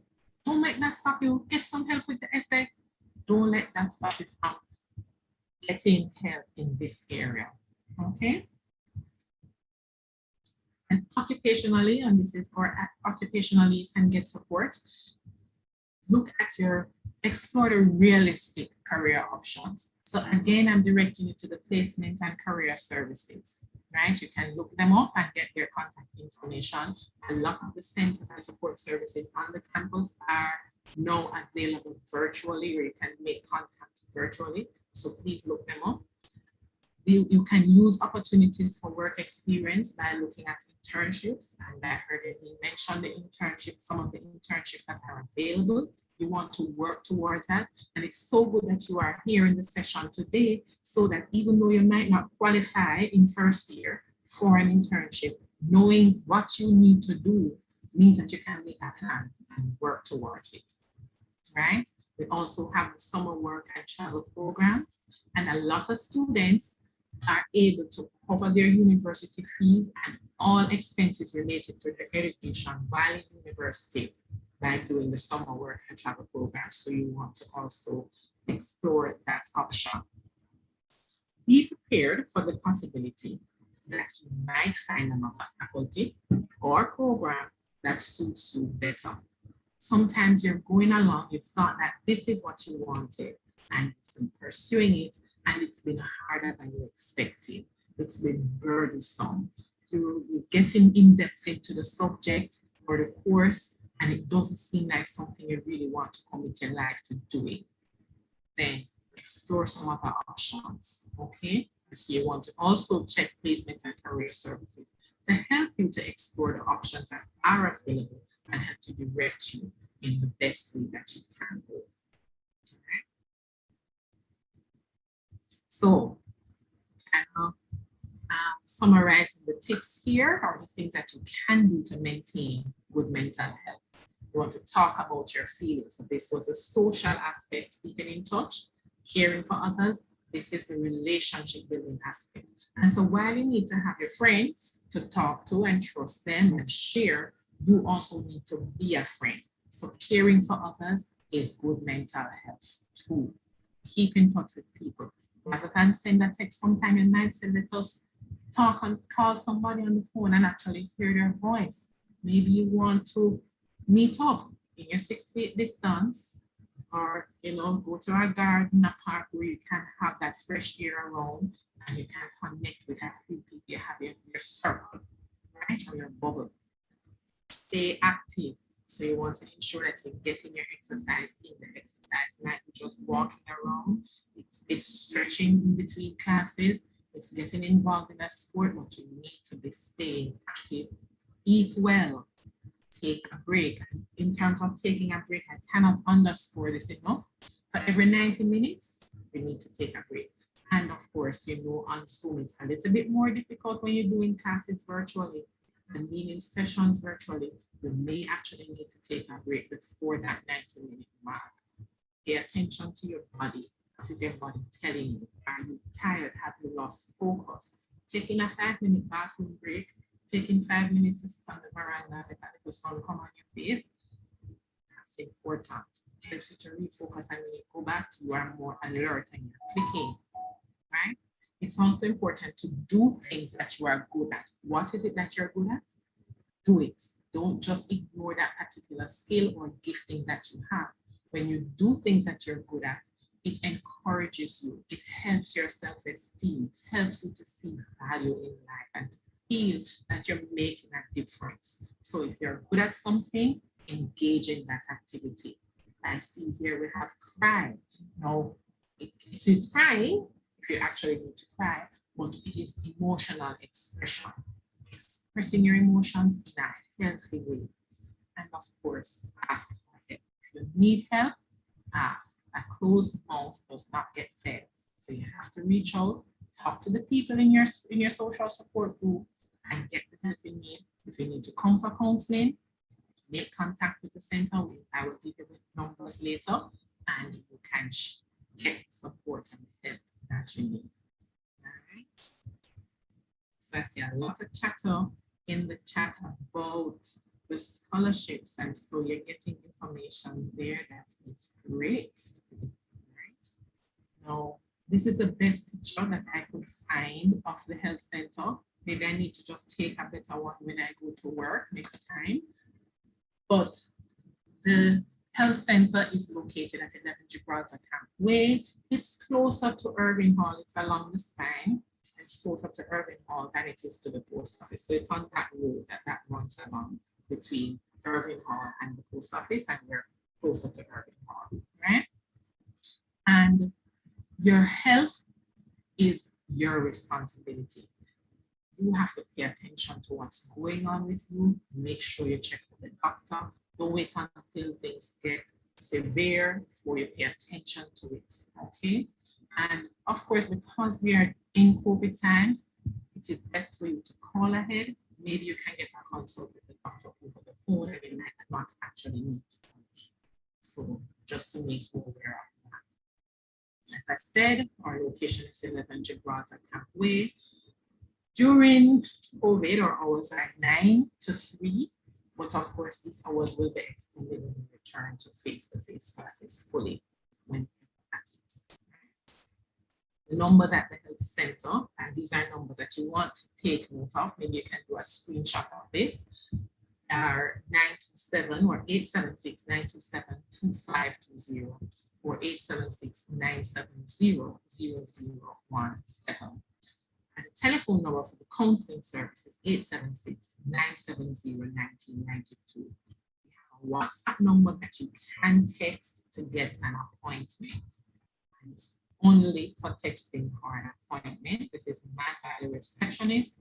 Don't send out personal business on this line. Okay, the person is not a counselor. This person will facilitate your need for an appointment. Okay, so the number there is 876-856-5758. That's an easy number to remember. The WhatsApp text line for appointments, 876-856-5758.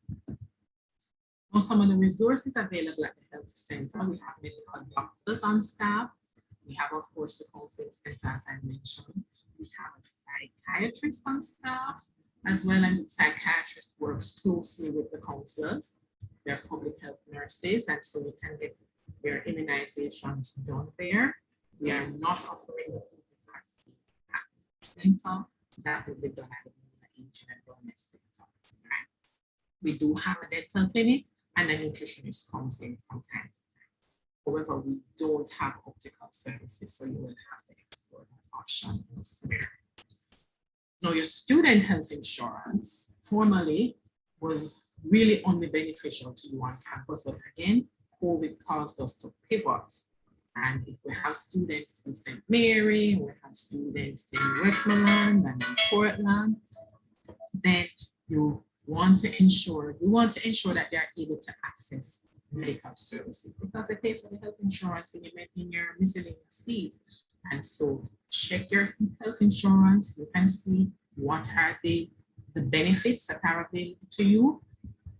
If you're using the health card at the health center, you will not need to pay. There is a copay for medication, however. And currently the services can be obtained at the UWI Health Center and other providers that are in the Sagicor network. So you want to be sure to check your schedule of benefits because sometimes these change, especially when the provider changes or there's a new contract here. All right. Now, the medical certificates are excuses for exam. Sometimes health problems affecting exams are best seen at the health center. If you see your private doctor, he or she will need to fill in a UWI medical certificate and send it to the health center for ratification. This is not to be sent to your faculty office. It's your medical information. It is to be sent to the health center. And it is to be addressed to the clinical director of the health center. And she may request a report from your private doctor. But I do advise that actually it is best to come directly to our doctors at the health center where that is possible for you. So if you are sick in the middle of an exam or sick before an exam, it would be better to come to the health center than to go to your private doctor. If you are in a distant parish, then clearly you go to your private doctor and you want to explain to your doctor that report may be needed or requested by the clinic. Right? If you have a death during your exams, that's something that precludes you from being able to focus and perform optimally, you experience something traumatic, then the counselors can also work with you to see if there is need for an exam excuse. Okay, so let me see how you are doing in the chat, my friends. Tamaya, in the interest of time, can we just, there are about 3 questions in the chat that I want to pick out. Sure. And have you respond to for us before you close. One is some students want to know about how they get involved in the peer counseling program, because they would like to be involved in assisting people who have mental health issues. And Sure. And the other one is, when do we get our health cards? I don't know if you are able to answer that. I am not sure. No, I am not able to answer that, but regarding the health card, you would need to call the admin office and they will tell you when the health cards are ready. They actually do them in batches, that's my understanding. So I would say offhand when. If you pay the miscellaneous fees early, then those persons will be getting their cards earlier than somebody who paid late. And so that is not something that I would do. Okay, so we will check that with the Office of Student Services. But Tamaya, just tell us before you close about the peer counseling to your unit, and then we move on. Right. So for peer counseling, I think I have this in the peer support providers. The training has already gone for this year, but you can still apply and be considered for the next tranche of peer support providers. You can call the office, that's 970-1992. So let me go back to that slide that has the number. So the counseling service, 970-1992, to get information on the peer support provider and for the application forms, and you can send it in. Everybody got that number? 970-1992. And of course, the area code is 876. For academic advising, I see Cree James has asked, you can contact the academic support unit and you can Google them to get their contact information. All right, I'm almost at the end of the presentation. Just to let you know that the counseling services are confidential. We do talk about individual concerns, personal concerns, academic concerns, relationship issues, anxiety and depression are pretty high on the list of concerns that people come with. And we have 3 psychologists, and of course, I said we work closely with psychiatrists. Currently, all our sessions are done online. So it doesn't matter where you are. If you need help, reach out and we will schedule an appointment. Emergency walk-ins are accommodated during the week, and so if you are on campus and you have an emergency, you can come in and have counselors who may be on duty to give assistance. Okay. And of course, we have Dewey Helps. This is a 24-hour counseling service. 1 counselor mans the line, and it is available 7 days per week. The person responds within 24 hours, so you can WhatsApp, text her, or call, and she will respond and give advice. This is a trained counselor who mans this telephone line. And she does work closely with us. So if you actually in counseling and you have a counselor and she is aware of your counselor, so you make her aware, she can get in touch with us and we can support her guidance where needed. So please take note of the Dewey Helps phone number, 876-294-0042. You want to make note of that number. Not just for yourself, but for somebody else you might need to refer to. Right? So I mentioned the peer support providers. You can just call for an application form. And finally, I just wanted to share, well, I have 2, but because of time, 1 strategy that you will implement so that you will have a healthy life while you are at university. 1 strategy that you will implement so you can have a healthy life while you are at university. Just 1. As soon as I see anything in the chat, I will proceed. And while I'm waiting on the information in the chat to come, Oh, I just want to wish you all the best for a successful year. There's a quote by Viktor Frankl that I particularly like. It says, "The last of the human freedoms, to choose one's attitude in any given set of circumstances, to choose one's own way." And so in the midst of COVID, where we feel like we don't have much control, remember, we all have a choice about how we respond to a situation. We can choose our attitude. Right? So let me see what's coming into the chats for the strategies that you're going to implement. Naja says she will ask for help. Tahira, maintain a routine. Very good, Tahira and Naja. Thanks for sharing that. Right. Anybody else wants to share? Nothing to share. Sabrina. So Tamaya, we could have you jump on over to the chat and continue interacting with them for a few moments in the chat before you go. Is that okay? Sure. No problem. Okay, everybody. So let's all the best. Let's give Tamaya Wilson a big round of applause for an engaging presentation. We really appreciate the effort that she's put in. And we really do thank you for engaging with her, because this can only work, like we said, if there is two-way communication.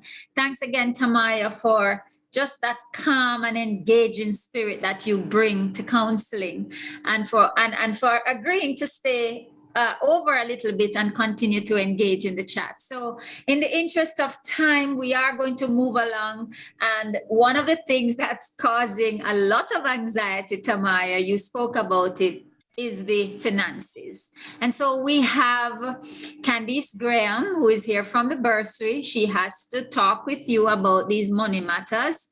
And then she will be followed by Marsha Gay Lawrence. And Marsha is over there already. Marsha is from the Office of Student Financing. And these two organs in the university work very closely together to help you manage your finances and to help you navigate those financial matters to achieve your goals. So Marsha is already in the chat and interacting with you, and we are going to hand over to Candice Graham. I do see a lot of applause, Tamaya, in the chat for you. That's what I'm seeing coming up, and it means that our students have really received you very well. All right, everybody. So please also give welcome to Candice Graham from the bursary. Hi, good morning, everyone. Just to check, are you guys hearing me clearly? And can you see my screen clearly? All right, Candice, I am hearing you and your screen is coming up, and there it is. You want to go in? There we go. Should start. Right. Okay. Good morning, everyone. Sorry for my lack of camera today. I don't have it today. So we'll just move on still. So good morning, everyone. I am Candice Graham, representing the SAS section of the bursary. So this section is called the Student Administrative Services section, SAS. We're a part of the bursary section of the University of West Indies Mono, and we deal with the financial affairs for students. All right, so I'm going to talk to you some much about tuition charges and payments and all the installment plans. I'll go through all that with you today. Before I go, I want to welcome you to the University of the West Indies Mono. And I hope that you guys have been enjoying your stay here. I hope the orientation is informative and that you are actually getting information down. So let's begin. Who are we at SAS? Okay, so at SAS, we are the customer service hub of the University of the West Indies Mono. We bill the students' accounts.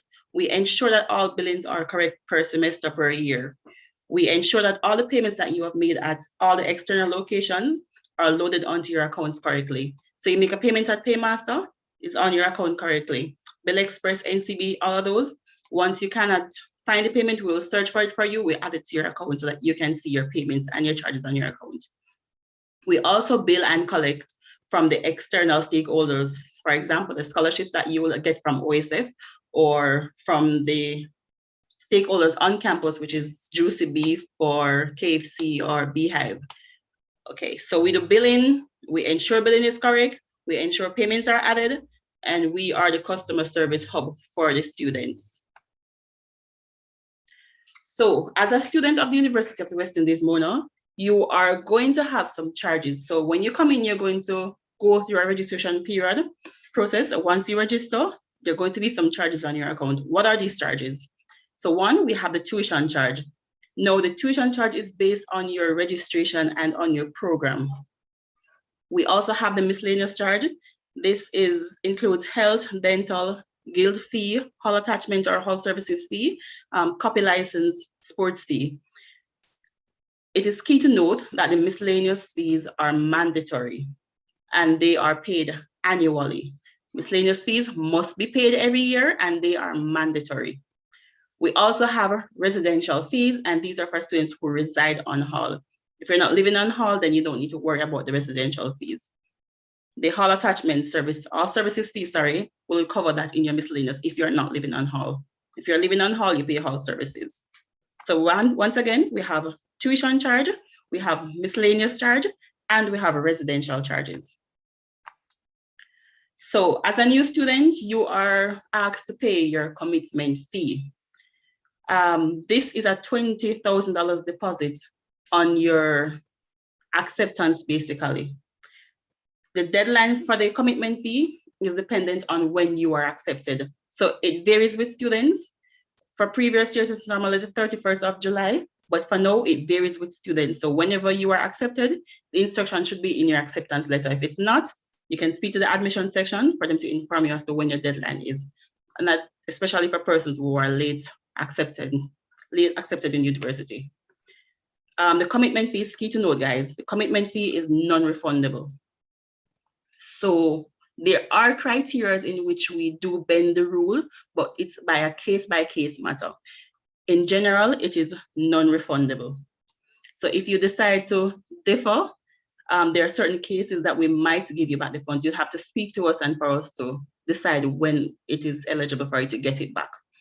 Once you decide to come into the university though, this is used to offset your miscellaneous fees. So 20% deposit, the deadline is within your acceptance letter, it's non-refundable on general terms, and it is used to offset your miscellaneous and other outstanding fees. So I am talking about charges and everything. So what are the charges for science and technology specifically for the 2021 academic year? As I said before, your charges are based on registration and based on your program. So in general, we have general charges and then we have other charges. You can find these on your fee sheets, but for the general charges, the tuition fee is $292,348,000 for the academic year. If you split this in two, which is 146, 170, you get the tuition fee for each semester. So for full-time students, I'm going to go again. For full-time students, your tuition fee is $292,348 for the academic year. That's from September to May 2022. If you should split this fee in two portions, you will get the semester's portion. So which is 146, 170 for the semester one. So for September to December, you pay 146, 170 for the tuition. So half of this. For miscellaneous fees now, as a commuting student, mean that you travel on campus, you will pay $16,717, and this includes the cost of the new ID. If you are residing on hall, if you're expected to reside on hall, including the 138 student living, you'll pay $25,017. Previously, I said that the commitment fee will offset the miscellaneous fees. So commitment fee, is $20,000. The miscellaneous is $16,717, which means that it covers the entire miscellaneous and a portion is left. That portion that is left goes towards the tuition. If you are residing on hall, however, then you are required to pay the additional $25,017 for the miscellaneous fees. Okay, so that's full-time students. As part-time students, we bill you per credit. So you're not billed for the entire academic year, but you're billed per credit.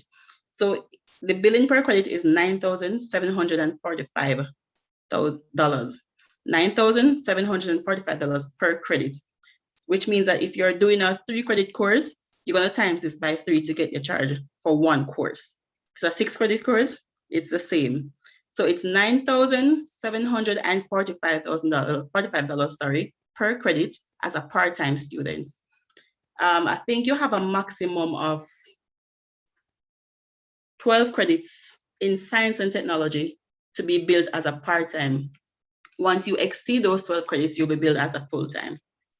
Okay, again, the miscellaneous fees for commuting is $16,717, and for residents, it's $25,017. Remember, miscellaneous fees also are non-refundable. They are paid annually. They must be paid. So how do I find my fees? If you are using Google Chrome or Internet Explorer or Firefox, you can simply type in check fees UE in the search engine. It brings you to the first link. And currently, this is what the link looks like. So you go to Chrome, you type in check fees UE, and you are here on the platform for the fees. When you're on the platform, you will see undergraduate programs. You can check the fees for the undergraduate programs. If you are postgraduate, you can also check the fees for the postgraduate.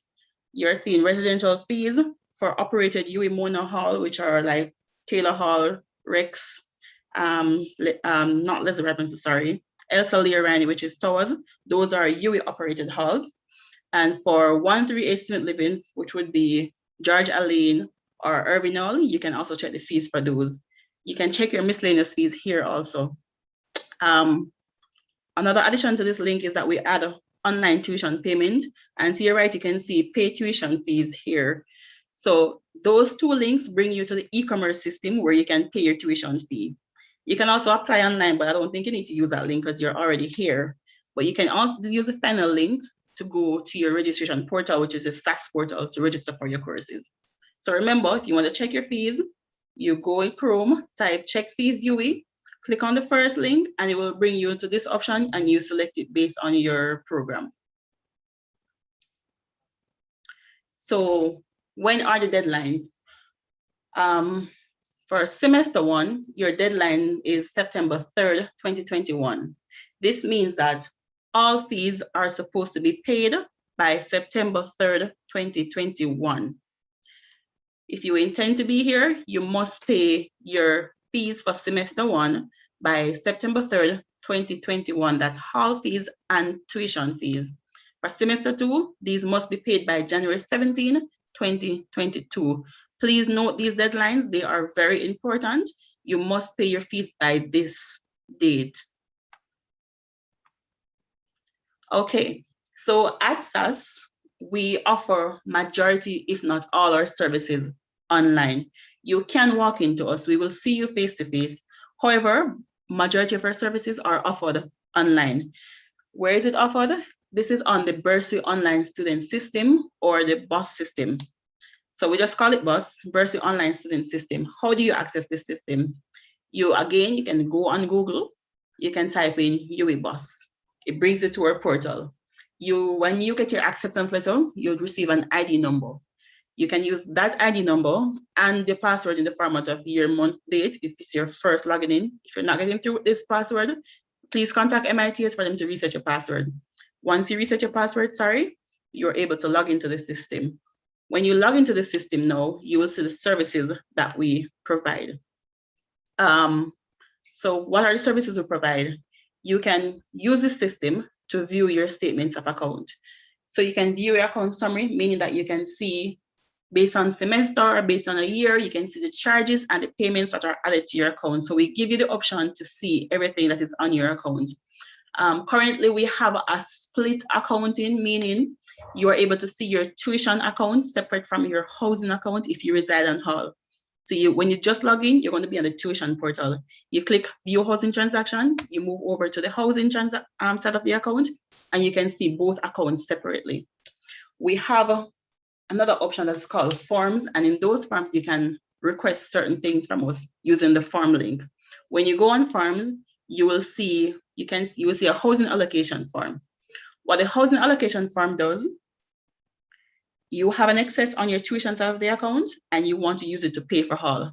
You can request this housing allocation for us, and we will, when we approve it, we transfer the funds over to the hard side of the account. For the tuition allocations, vice versa. You have an access on the housing side of the account. When you make a request to us, we will approve this request. If there's eligible funds, I will transfer the funds over to your tuition side of the account.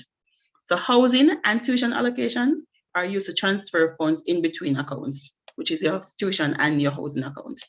We have another form called Proxy Authorization, and then I'll expound on this later. We have another form called Statement Letter Request. Now, when you view your statements of account, you are seeing a summary of what your charges and your payments look like. If it be that you are requesting a detailed transactions of your charges and your payments, you want something detailed telling you what these transactions are, then you request a statement letter. It is signed, we stamp it, and we give it to you. It tells all the transaction payments and charges per date. So you get a detailed transaction on your account. We have another thing called tuition installment plan, and I'll explain this later. And we have a residential installment plan. These are one and the same. One is for tuition and one is for residents. I'll talk about these later. We have a tuition letter request. Now, the tuition letter request is especially for new students or for the new start of the academic year. So the fees are out. You want to know what the fees are. You're requesting a scholarship. You don't want to know what the fees are. You request a tuition letter. On the letter, we are going to give your name, the faculty, your program, and the charge for the program. This is what you use to bring to your scholarship donors to let them know what your tuition is for the academic year. So again, a tuition letter tells your name, your faculty, your program, and the charge for that program for the academic year. You can also use the BOSS system to view your student loan status.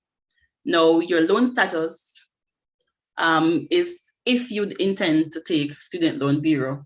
You can see the status to see where you're at, whether A, B, C, D, or E. Please note with student loan that you must be at a status E for us to credit your account. So whatever documents you have to hand in, just additional information, whatever documents you have had to hand in to Student Loan Bureau, if you intend to take Student Loan Bureau, please ensure that these documents are handed in on time and correctly for ease of access to your account. Finally, we have a form called Refund Request. Now, if you are here and you're one of those students who pay the tuition in full for the academic year and you have some excess on your account or you don't want to pay in full and the scholarship is accessible to you and you want the money back, you go ahead and request the refund. Once we vet the account and we process it, we will approve it and you'll get back your money. So the BOSS system is used for all the transactions and all the information that we give at SAS. You have statements of account, housing and tuition allocation, proxy authorization, statement letter request, tuition and residence installment, tuition letter, loan status, SLB loan status, and refund request. All these are accessible on the Bursary Online Student System BOSS. So what is the installment plan? So as I said to you before, the deadline for payment of fees is September 3rd, 2021. You are expected to pay your semester 1 tuition in full or the academic year tuition in full on September 3rd, 2021.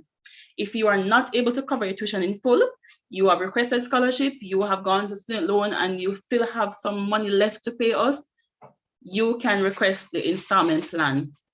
Please note, we view this as the last resort of payment, but students can always make a request for the plan. If you are expecting a scholarship and you don't know when the scholarship will pay, you can request the installment plan while you await the scholarship processing. So what is the installment plan? So it is a system that we use to give students the option to pay on a monthly basis. So we understand that you cannot pay it in full by September 3rd. So we give you an additional or a couple additional months to cover this payment. Currently, we do not charge any interest rate on the installment plan. So it is basically the tuition fee for the semester. That's what you're paying on the account, just that you get it at a longer period to pay. The deadline for this is September 17. So remember, the payment deadline is September 3rd, but the deadline for the plan will close off September 17. That means you cannot make any requests anymore. How do you request an installment plan? So one, you must be fully registered. What do I mean by fully registered?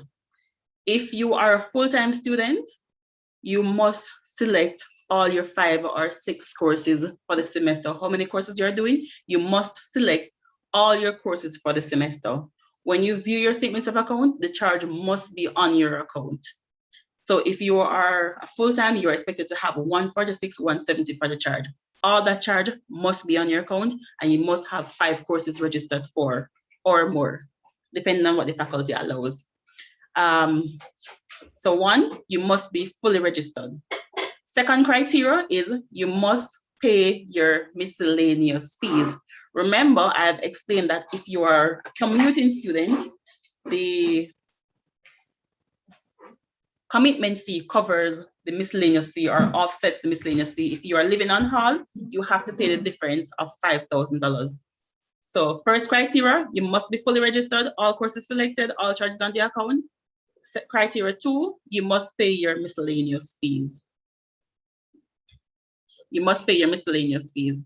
The third criteria is you must pay 20% of your semester's 1 tuition. Again, that is $146,170 for semester 1. You must pay 20% of that, along with being registered, along with your miscellaneous fees being paid. When you do all of this, you have met the criteria. You have met the requirements for the installment plan. After you meet these requirements, you go on the bus system and you apply for the plan. If you have not covered all these requirements, when you go on the bus system, it will prompt you that you have not met the requirements. It means you need to double check to see what you have not done.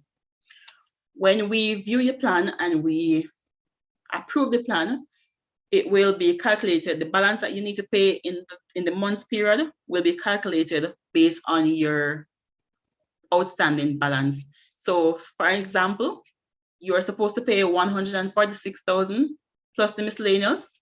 So you pay $160,000. Your balance is going to be like $110,000 or $109,000. That $109,000, $110,000, we split that within 3 months or 3 installments for you to cover. So whatever balance is it after we approve the plan, that's balance we're going to split in 3 portions for you to cover. This is a semester-based plan, so you cannot apply for it for the entire academic year. It has to be done per semester. Now, for the installment plan, we do 20% to be qualified for the plan. That must be paid by on or before September 3rd. And you get 3 months to pay, which is September, October, and November. The plan is 20% to be qualified, 25% for the first installment, 25% for the second installment, and 30% for the final installment. The final installment ends November 30, 2021. All fees must be paid by November 30, 2021. If your fees are not paid, you're going to have some penalties. This installment plan will end on November 30, and all fees must be paid by that date.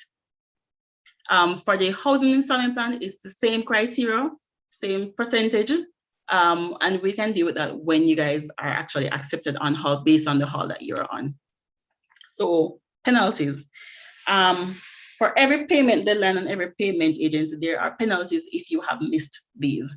It's the same for us at the bursary. So if you have not paid your tuition by September 3rd, or if you are on the installment plan at the end of September, which is your first installment, September 30, which is your first installment, you have not paid that. So October 1st comes and you have not paid your first installment, you are going to have certain penalties. These penalties may include or includes late fines. So once a deadline has passed, you're not on the plan, or you have missed the first installment deadline, you are going to have a late fine charge of 1% on the outstanding balance at the end of each month. And it's an accumulated fine. So you're going to have a 1% charge on the outstanding balance at the end of each month. So if the balance proceeds for September, October, November, each month we're going to charge 1% on that balance. Secondly, you will be unable to sit your exams. Remember, the installment plan ends November 30. If you have not cleared all your fees by November 30, you might be blocked from the final exams in December. Thirdly, you will have no access to your records. So you will not be able to view your grades. You cannot register for the upcoming semester if you have not cleared all your fees. The university has the right to send you to any collection agency or credit bureau that they choose. So remember, the penalties are late fines, inability to sit your exams, no access to your records, disbursement to collections agencies or credit bureau. Alrighty. So proxy authorization. Remember, I said I was going to explain this. All right. As a student of the University of the West Indies, Mona, we treat our students as adults. So when you apply to UWI Mona, you applied under your name.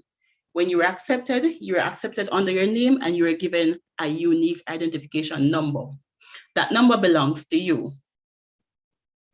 When you come to the bursary to make inquiries, we are going to ask you for your identification number or for your name. Most of the times we ask you questions for verification processes, or we ask you to show us your ID. No, sorry about that. No, reason we do that is the account is yours. You are the holder of the account. This is a financial section of the university. So we are not going to disburse your financial information to anybody other than you. If you wish for us to give somebody your financial information, then you are going to have to give us the authorization to do so. A simple way you can do that is by filling out a proxy authorization form in the BOSS system. So it's in the BOSS system, you can go on it.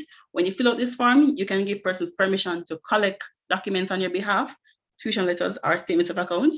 We can give them general information on your financial account, or we can give them financial advice on your behalf. If you have not filled out this document, we will not give the information to anybody asking for your financial information. So if you require your parents or a friend to check on your account because you are overseas or because you're not able to come in, then you have to go in the system and give us authorization to do so. We will not do this without your authorization. Okay, so I'll talk about the payment deadlines. I'll talk about the charges and payments. So where do you make payments? For the university, we have for the tuition and residence and miscellaneous, we have various locations where you can make these payments. First, we have the bursary cashier. Now, this is our personal cashier where you can make the payments. You can come into the system, that's an administrative annex, and you can make the payments at the bursary. For the rest of the month of September, we will be also at the assembly hall with the bursary cashier, and you can make payments via card payment there. So once you come on campus, you can make payments at the bursary cashier or at the assembly hall, which is still the bursary cashier. And Paymaster, Bill Express will be there too. You can make payments at Educom location on the campus. So there's a UWI Educom on campus. You can make your payments for tuition, residence, miscellaneous fees there. You can also make your payments on the UWI e-commerce system. Remember the check fees link? There's an e-commerce link there. You can click on it, or you can just type in UWI online payment, brings you to the e-commerce link, and you can make your payments there. You can make your payments at Paymaster. You can make your payments at NCB. During this COVID time, they might not be taking cash physically, so try to use the RTGS transfers or the ACH transfers online. You can make your payments at Bill Express, any Bill Express location island-wide, any Jamaica National, and any Western Union. Now, all these locations have the university's account number. If you wish to have it, you request it from us. Do not take any information from anybody representing the university for payments. If you want information, you contact us directly, or the locations already have the account number. Do not give anybody any unauthorized payments for who is saying that they're representing University of the West Indies Mona. Okay, all these locations already have our account numbers. And finally, our contact information. So you want to get through to us. Unfortunately, we are having a phone system with the university on a whole. So we're going to have to use different means to contact us. How do you contact us? You can come in to see us face to face, and we are open 8:30 to 4:30 unless otherwise stated. Remember, we are in certain curfews and no movement days. If we are having no movement days, no, we're not going to be available face to face. If not, you can always come into us between 8:30 to 4:30 weekdays. You can contact us via email at customer.services@uwimona.edu.jm. That's customer.services@uwimona.edu.jm. You can also contact us via online chats. So when you go on the bus system, you log in, there's going to be a link to the left-hand screen where you can click on that link and it brings you to an online chat with us. So you can always chat with us, again, between 8:30 to 4:30. Also, you can WhatsApp us at 280-8238. And this is again between 8:30 to 4:30. Just a note that we have a lot of traffic coming in within the systems, especially because the phone lines are down. So if you contact us and we have not responded to you, we will respond to you. So just give us some time, about 24 to 48 hours, but we will respond to your concerns. And that's it from me. Have a wonderful day. Any questions? I am here. Okay, Candice, thank you so much. There are so many questions in the chat, and I wonder if we could just take some here, which will benefit everybody. And then maybe, I don't know if you're able to jump over into the chat. I can do that. When Marsha starts, then you could continue to respond. Okay, students, we are running behind time, but I'm hoping that you are going to allow us, you're going to stay on so we can respond to some of these questions. Let's see how quickly we can do this, Candice. Can the tuition fee be paid from overseas directly from my account? What's the best way to get that? All right. So for that payment, we have wire transfer information. So we can send you the international wire transfer information. You have to request it from us. Okay, so send an email and that wire transfer information will be sent to you. That's right. That's Candice. Yes. Okay. How do tuition fee payments work if you are using the student loan? All right, so if you're using student loan, as I said before, for student loan, we will not credit your account with the payment until we know that they are ready to disperse the funds, which is at status E. So SLB has certain status A, B, C, D, E. E means disbursement, so which means they have completed all your processing and they're ready to send over the funds. Unless they are at E, we don't credit the student's account. Between A to D, it means that there are some documents or information that SLB requires from the student that the student needs to communicate with SLB about. Okay, great. Thank you, students. I hope everybody is just listening carefully. Just stop and listen carefully to the answers, right? Let's remind them of what is to be paid when. Candice, people are just want some clarification about the tuition that is to be paid on September 3rd. Is it just the fees for semester 1? And in the same breath, for those on tuition installment plan, is the payment for the 25% due on the September 17th deadline? All right, so first, let me just say, all payments, tuition or residence, miscellaneous, any payment at all payments are due September 3rd. Payments on a whole due September 3rd. Students have the option to pay the academic year in full, or they can pay per semester. So if you intend to pay the full academic year, it's still September 3rd. If you intend to pay per semester, for semester 1, it is September 3rd. If you intend to be on the installment plan, to pay the 20%, the deadline is September 3rd. So all the payments are expected to reach the account on September 3rd. And the September 17th is the deadline to apply for the plan. So you can, if you are waiting on, for instance, you're waiting on some overrides that have not yet approved and all the charges are not on the account, so you can't apply for the plan because you really have not met the requirements because you're not fully registered. You have up until the 17th to get all those cleared up so that you can apply for the plan. But the payment should have already been on your account because you already know what the payment is. Okay, thanks, Candice. Respond to this one for me, please. No problem. We are online this semester. What will the miscellaneous fees be? Miscellaneous fees does not change.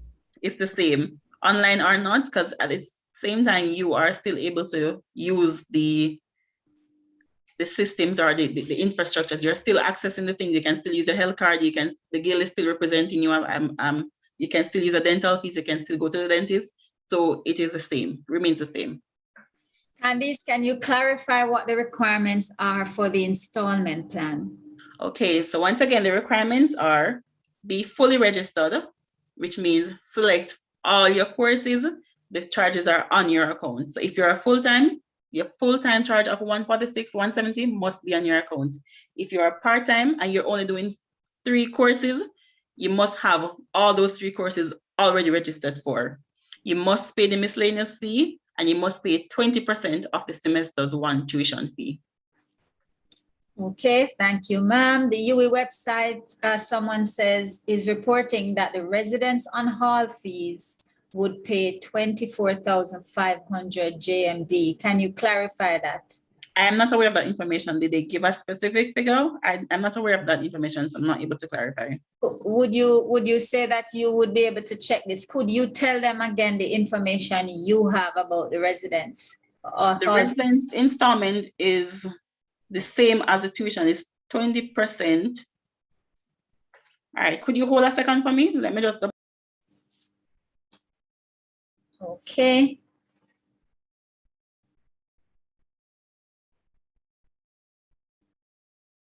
If I'm not wrong, the residents. So Candice, let's do this. Let's move along with some of these and you check that. You're going to go over into the chat while Marsha speaks. So you can check that and respond. Dr. Wilmot, yes? It is 25, 25, 25, 25. So 25 to qualify, 25 for each month for the residents, but for the tuition is 20, 25, 25, 30. Okay, all right, great. If the commitment fee is paid, do you still need to pay the miscellaneous fee? No, as I said before, the commitment fee offsets the miscellaneous fee. So if you are not residing on hall, it covers the entire miscellaneous and a portion is moved to tuition. If you are residing on hall, you need to pay the 25,000 difference. Okay, we have already addressed the student loan issues. People waiting on external scholarships. For that, I did mention if you're waiting on external scholarship, it's best to be on the plan if you have not received an approval as yet from the scholarship. Candice, I don't know if you can respond to this one, but I am going to pose it so that we can know that this is happening. People are saying, can we get an extension on the payment deadline? Where do students go that to is not a decision that we can make. So that's for the bigger heads. So where do we send them? Case by case basis, maybe people campus registrar. Bring their case to the campus registrar. Okay, let's go down a little bit. All right, I think we are the figure quoted on the statement of accounts valid? Yes, they are valid. We wouldn't sign and stamp it if they weren't valid. Okay. When you said the statements, that's from a student, right? That's from a student.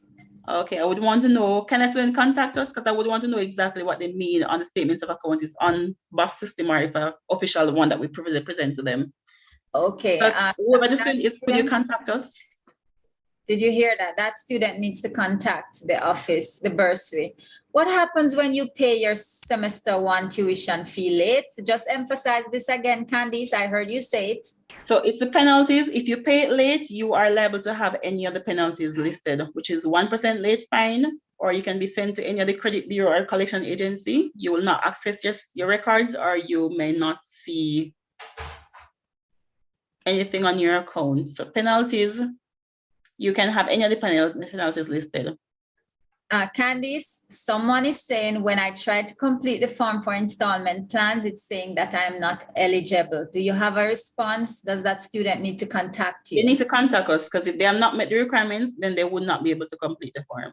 Please take that. Remember, she gave you some requirements for the installment plan. So please contact the bursary. What percentage of the tuition we've already, when will the installment plan be approved? We are currently working on it. So we are working on them. We did start approving them, I think about a week and a half ago, because we have to wait until we have certain decision making. So we have started approving them. So they will be approved in a timely manner. Right. I know you said this before, but just so everyone can feel your question. No problem. For full-time without installment plan, do we pay for semester one? For full-time without? Without. Yes, you have to pay. If you're not doing installment plan, you have to cover the semester one by September 3rd. What if we're waiting on scholarship checks? Will a letter from our scholarship to the UWI registrar stating the information, will that do instead of an installment plan? Because you did say if you're waiting on scholarship, apply for the installment in the meantime. All right, so for the scholarship, if the scholarship is not yet approved, yes, we do collect commitment letters, but we're not going to credit any accounts or do anything or release any of the penalties from your accounts with a commitment letter. If you have a letter, it has to be from a financial institution with the amount to be paid, the date it will be paid. If that's not it, then we just collect it on your behalf. As I said, it's best to be on the plan while you await the scholarship.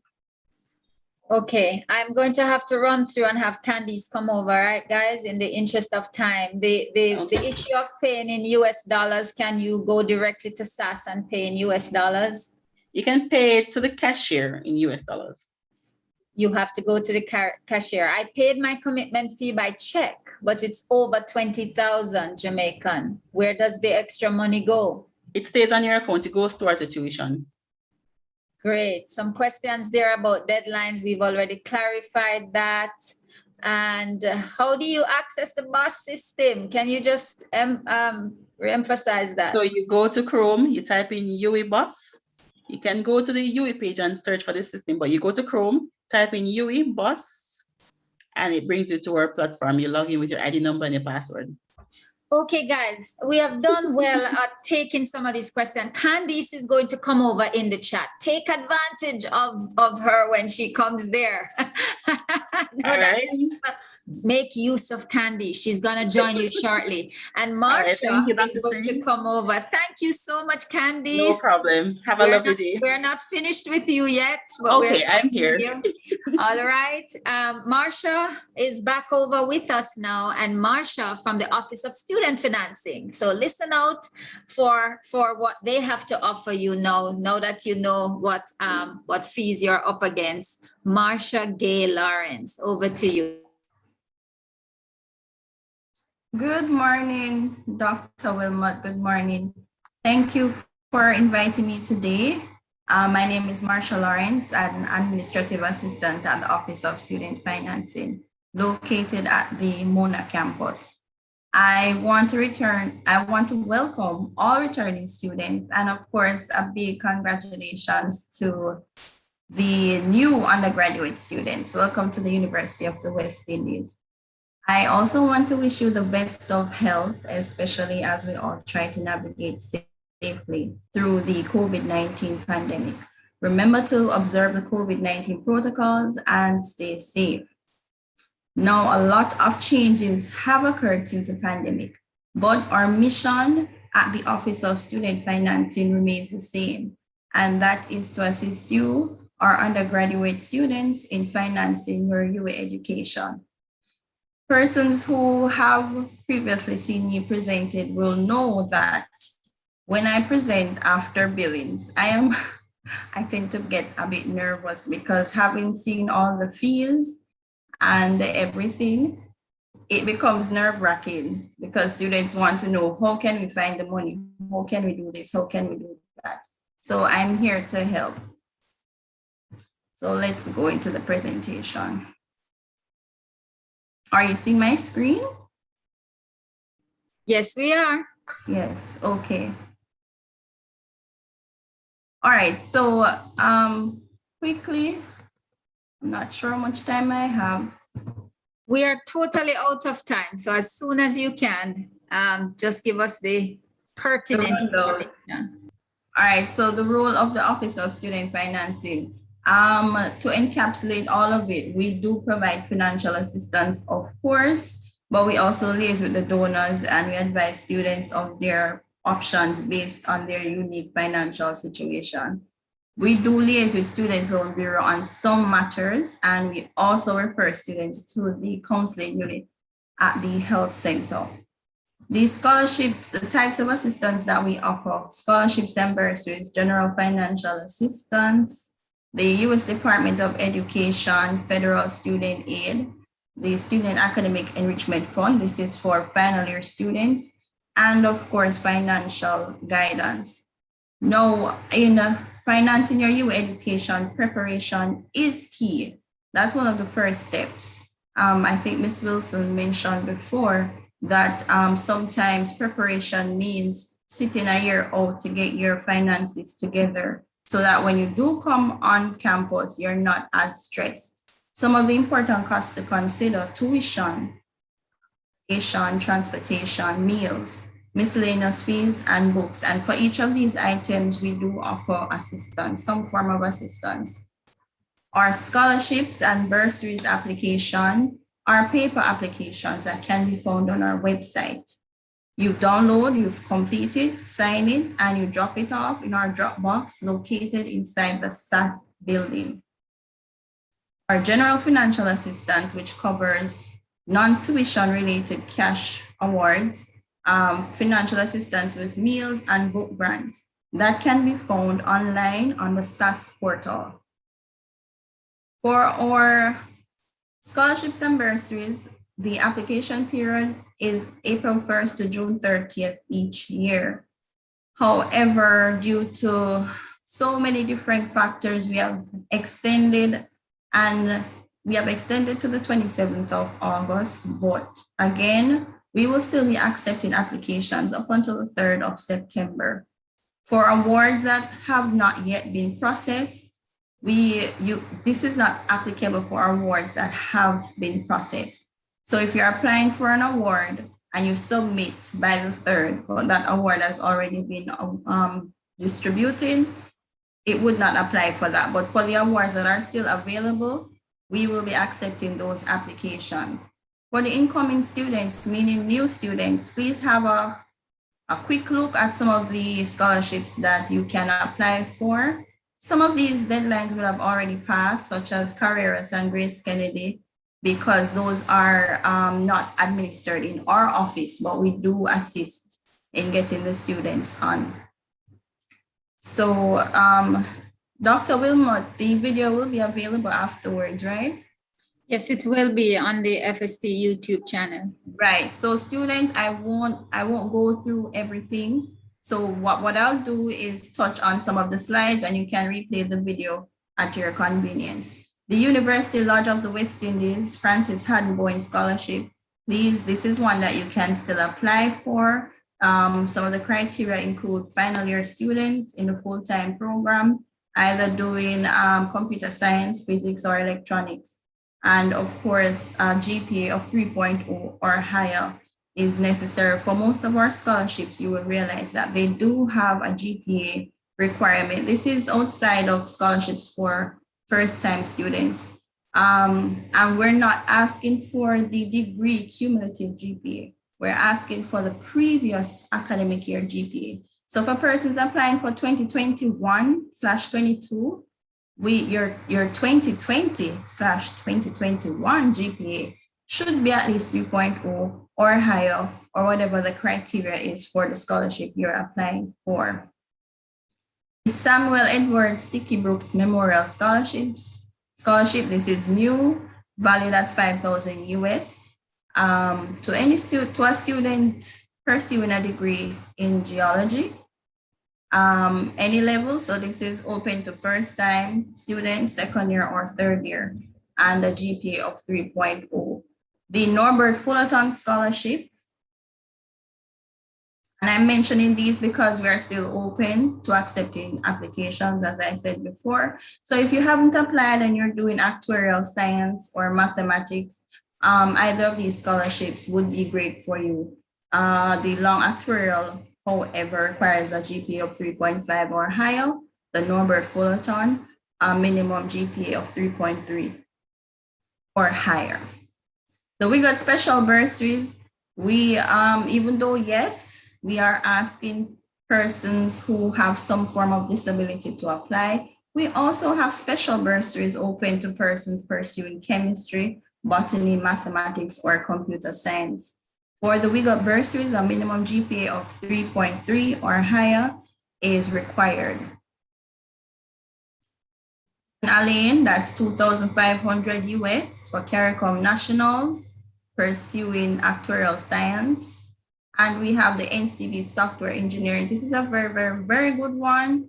5,000 US per annum for 4 years. If you know you're doing the mobile application technology degree program, under 30 years old, either entering level 1 or 2, you can apply for this one. And the Principal Scholarship for Excellence. Now, this is an academic-based award. It's not necessarily financial needs based, so it's academic based. So if you can still apply if you know you have good grades and you demonstrate leadership qualities. Any faculty, you can apply for this one. Now visit our website during the academic year because we do distribute awards right throughout the academic year. Sometimes donors come along at the latter end, the beginning, the middle, you never know. So when these things do happen, we post it on our website and we encourage students to just check. And when a new scholarship comes up, you download the application form. Complete all applicable sections. You print it, sign it, and submit it to the Dropbox that we have located inside SAS. Or you can send it through a courier service, or you can also send your application through the Western campus if you're on that end. Just quickly touching the form, this is how the front of the form looks. You put your ID number, your name, your title. The application allows you to list up to 10 scholarships. And make sure that the application is the current one. This one says 2020, 2021, but the current one should say 2021, 22. The budget sheet or the budget planner. All the highlighted areas that you see at your convenience, just review and make sure that you have completed these sections as required. If you have any questions, you can call us. The number will be listed at the end of the presentation and our email, so you can call us for guidance. The referee affidavit. Now we have highlighted the persons who are able to give you this reference. It's on our website as well, so please utilize the website. We've made it very user-friendly. We have the scholarships listed under the faculties. So please utilize the website. It's very user-friendly and we're available via email or telephone to assist you. The general financial assistance. Now this is an online application, as I said before, and it opens September to November and January to April each academic year. In other words, it opens at the start of the semester and closes at the end of the semester. So of course, financial assistance with meals, cash grants, book grants. This is what the general financial assistance covers. The federal student aid is a direct unsubsidized loan given by the U.S. Department of Education for U.S. citizens or green card holders. So if you fall into this category, you can apply. It is not applicable to students of the medical sciences faculty, and it is for monocampus students only, right? So of course, classes have moved online, so please pay that part no mind. It is applicable to persons doing the online classes. The Student Academic Enrichment Fund assistance given to full-time final year undergraduate students to assist them in participating in conferences, academic exchanges, or activities which could further enrich or enhance the quality training provided at the UWI. So for more information on this, we ask that you visit the website or that you give us a call.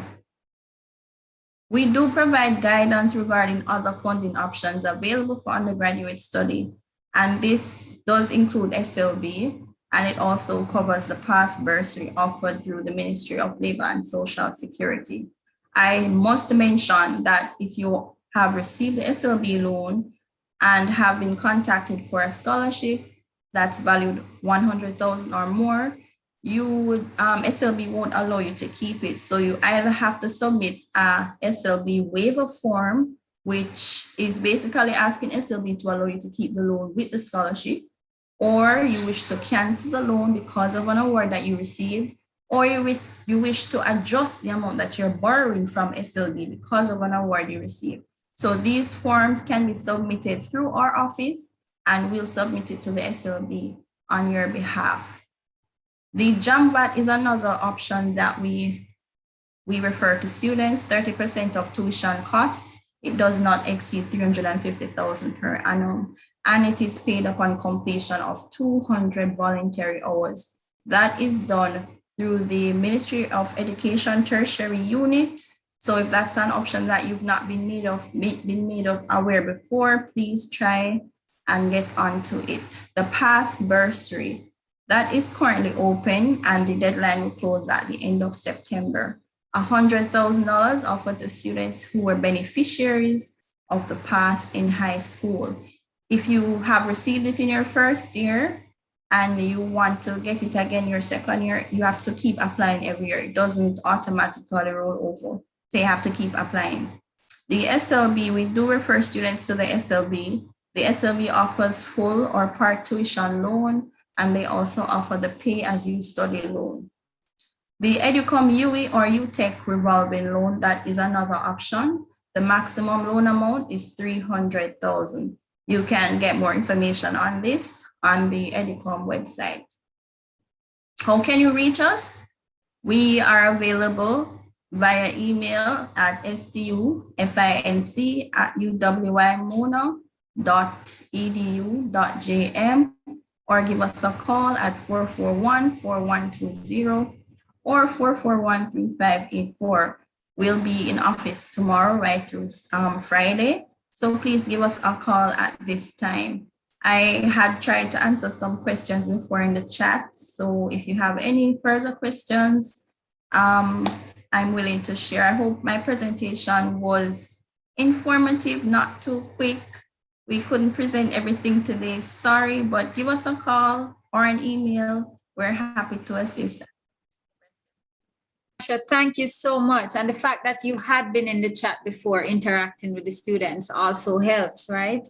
But there is a question here I very quickly want you to respond to. Before you go back over into the chat for us, I want you to respond to the application for the PATH bursary. How do we apply for the PATH bursary?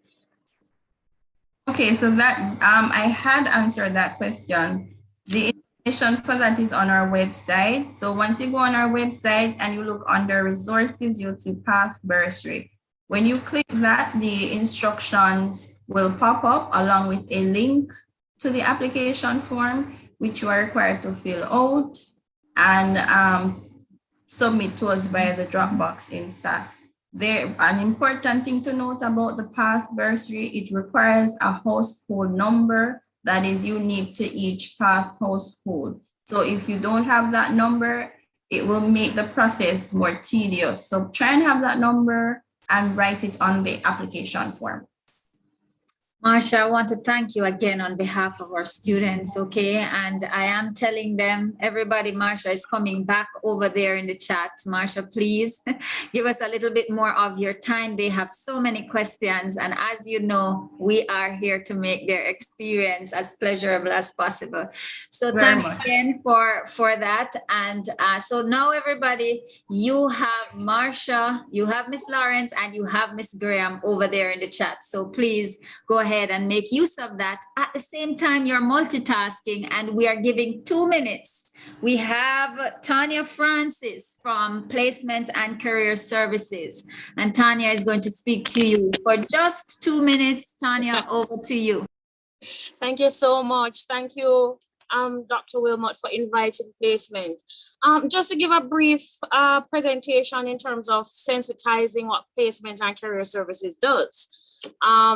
As the name suggests, we offer programs in career development and job placement. And our aim is to help you in terms of transitioning to the world of work. So in helping you in terms of transitioning, we help you with career counseling. We help you with individual self-assessment to help you to confirm your career choice. And this will fine-tune you choosing your courses. We help you with job search seminars, and these seminars focus on resume writing, the labor market trends, especially with what is happening now with COVID-19. These programs will help you to understand what is happening in the global market, what changes are happening, and what jobs or careers are dying, or what jobs or careers are on the rise with what is happening globally. In terms of job placement, we facilitate overseas work and travel agencies, and these are very popular, especially in the summer. They offer other programs such as internship and other overseas work and travel programs. The office offers part-time, summer, and internship placement and referrals. And we also assist with JAMVAT placement and JAMVAT coordination. So if it is that you want some assistance in terms of changing your location for doing your 200 volunteer hours, we are there to assist you. We help final year. When you reach your final year, you are invited to participate in our programs like the job fair and the annual graduate recruitment program. But this is just a snapshot of everything that we do. In the chat, we will post all our social media handle, our contact information, our website, and our email address. And we just want to welcome you to the University of the West Indies. Thank you. Thank you so much. Thank you so much, Tanya. You are such a pleasure to work with. You know, you adjusted, and I think once they know where to find you. I also had a little thing in my presentation about career and placement, because you are such an important partner for us in the FST as we try to build out the total development of our students. Thanks again. All right. Everybody, we have an active chat going on and we want that to continue, but I thank you so much for your patience. We are some minutes behind time, and so what is left for me to do is to thank all of you for joining us and thank all of the resource people who have come to share with us today. We thank Ms. Tamaya Wilson, who is counselor at the University Health Center. We thank Ms. Candice Graham from the bursary, Ms. Marsha Gale Lawrence from the Office of Student Financing. We thank Tanya Francis from the Placement and Career Services. And of course, we've got to thank Alex Clark, our undergrad, our super boost scholar, who came in to share his FST experience with you.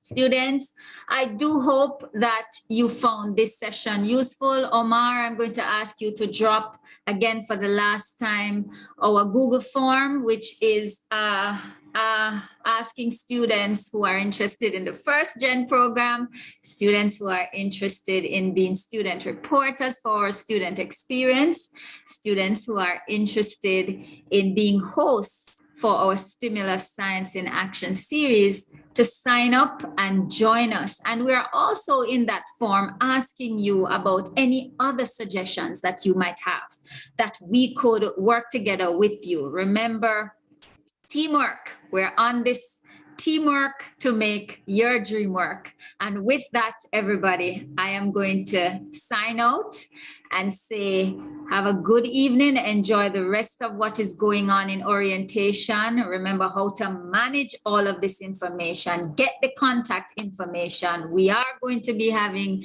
these sessions on our YouTube channel. Subscribe to our FST YouTube channel for more information as you navigate your journey to your goals and as you build out the total you to achieve your dreams. Thank you everyone for joining us. Thank you for Omar. Thank you to Omar and Terry from our faculty office and the entire staff at the faculty office, including Dean Michael Taylor, who has a serious commitment, ladies and gentlemen, to your experience in our faculty and to student engagement. Thanks again, and please everyone, be safe.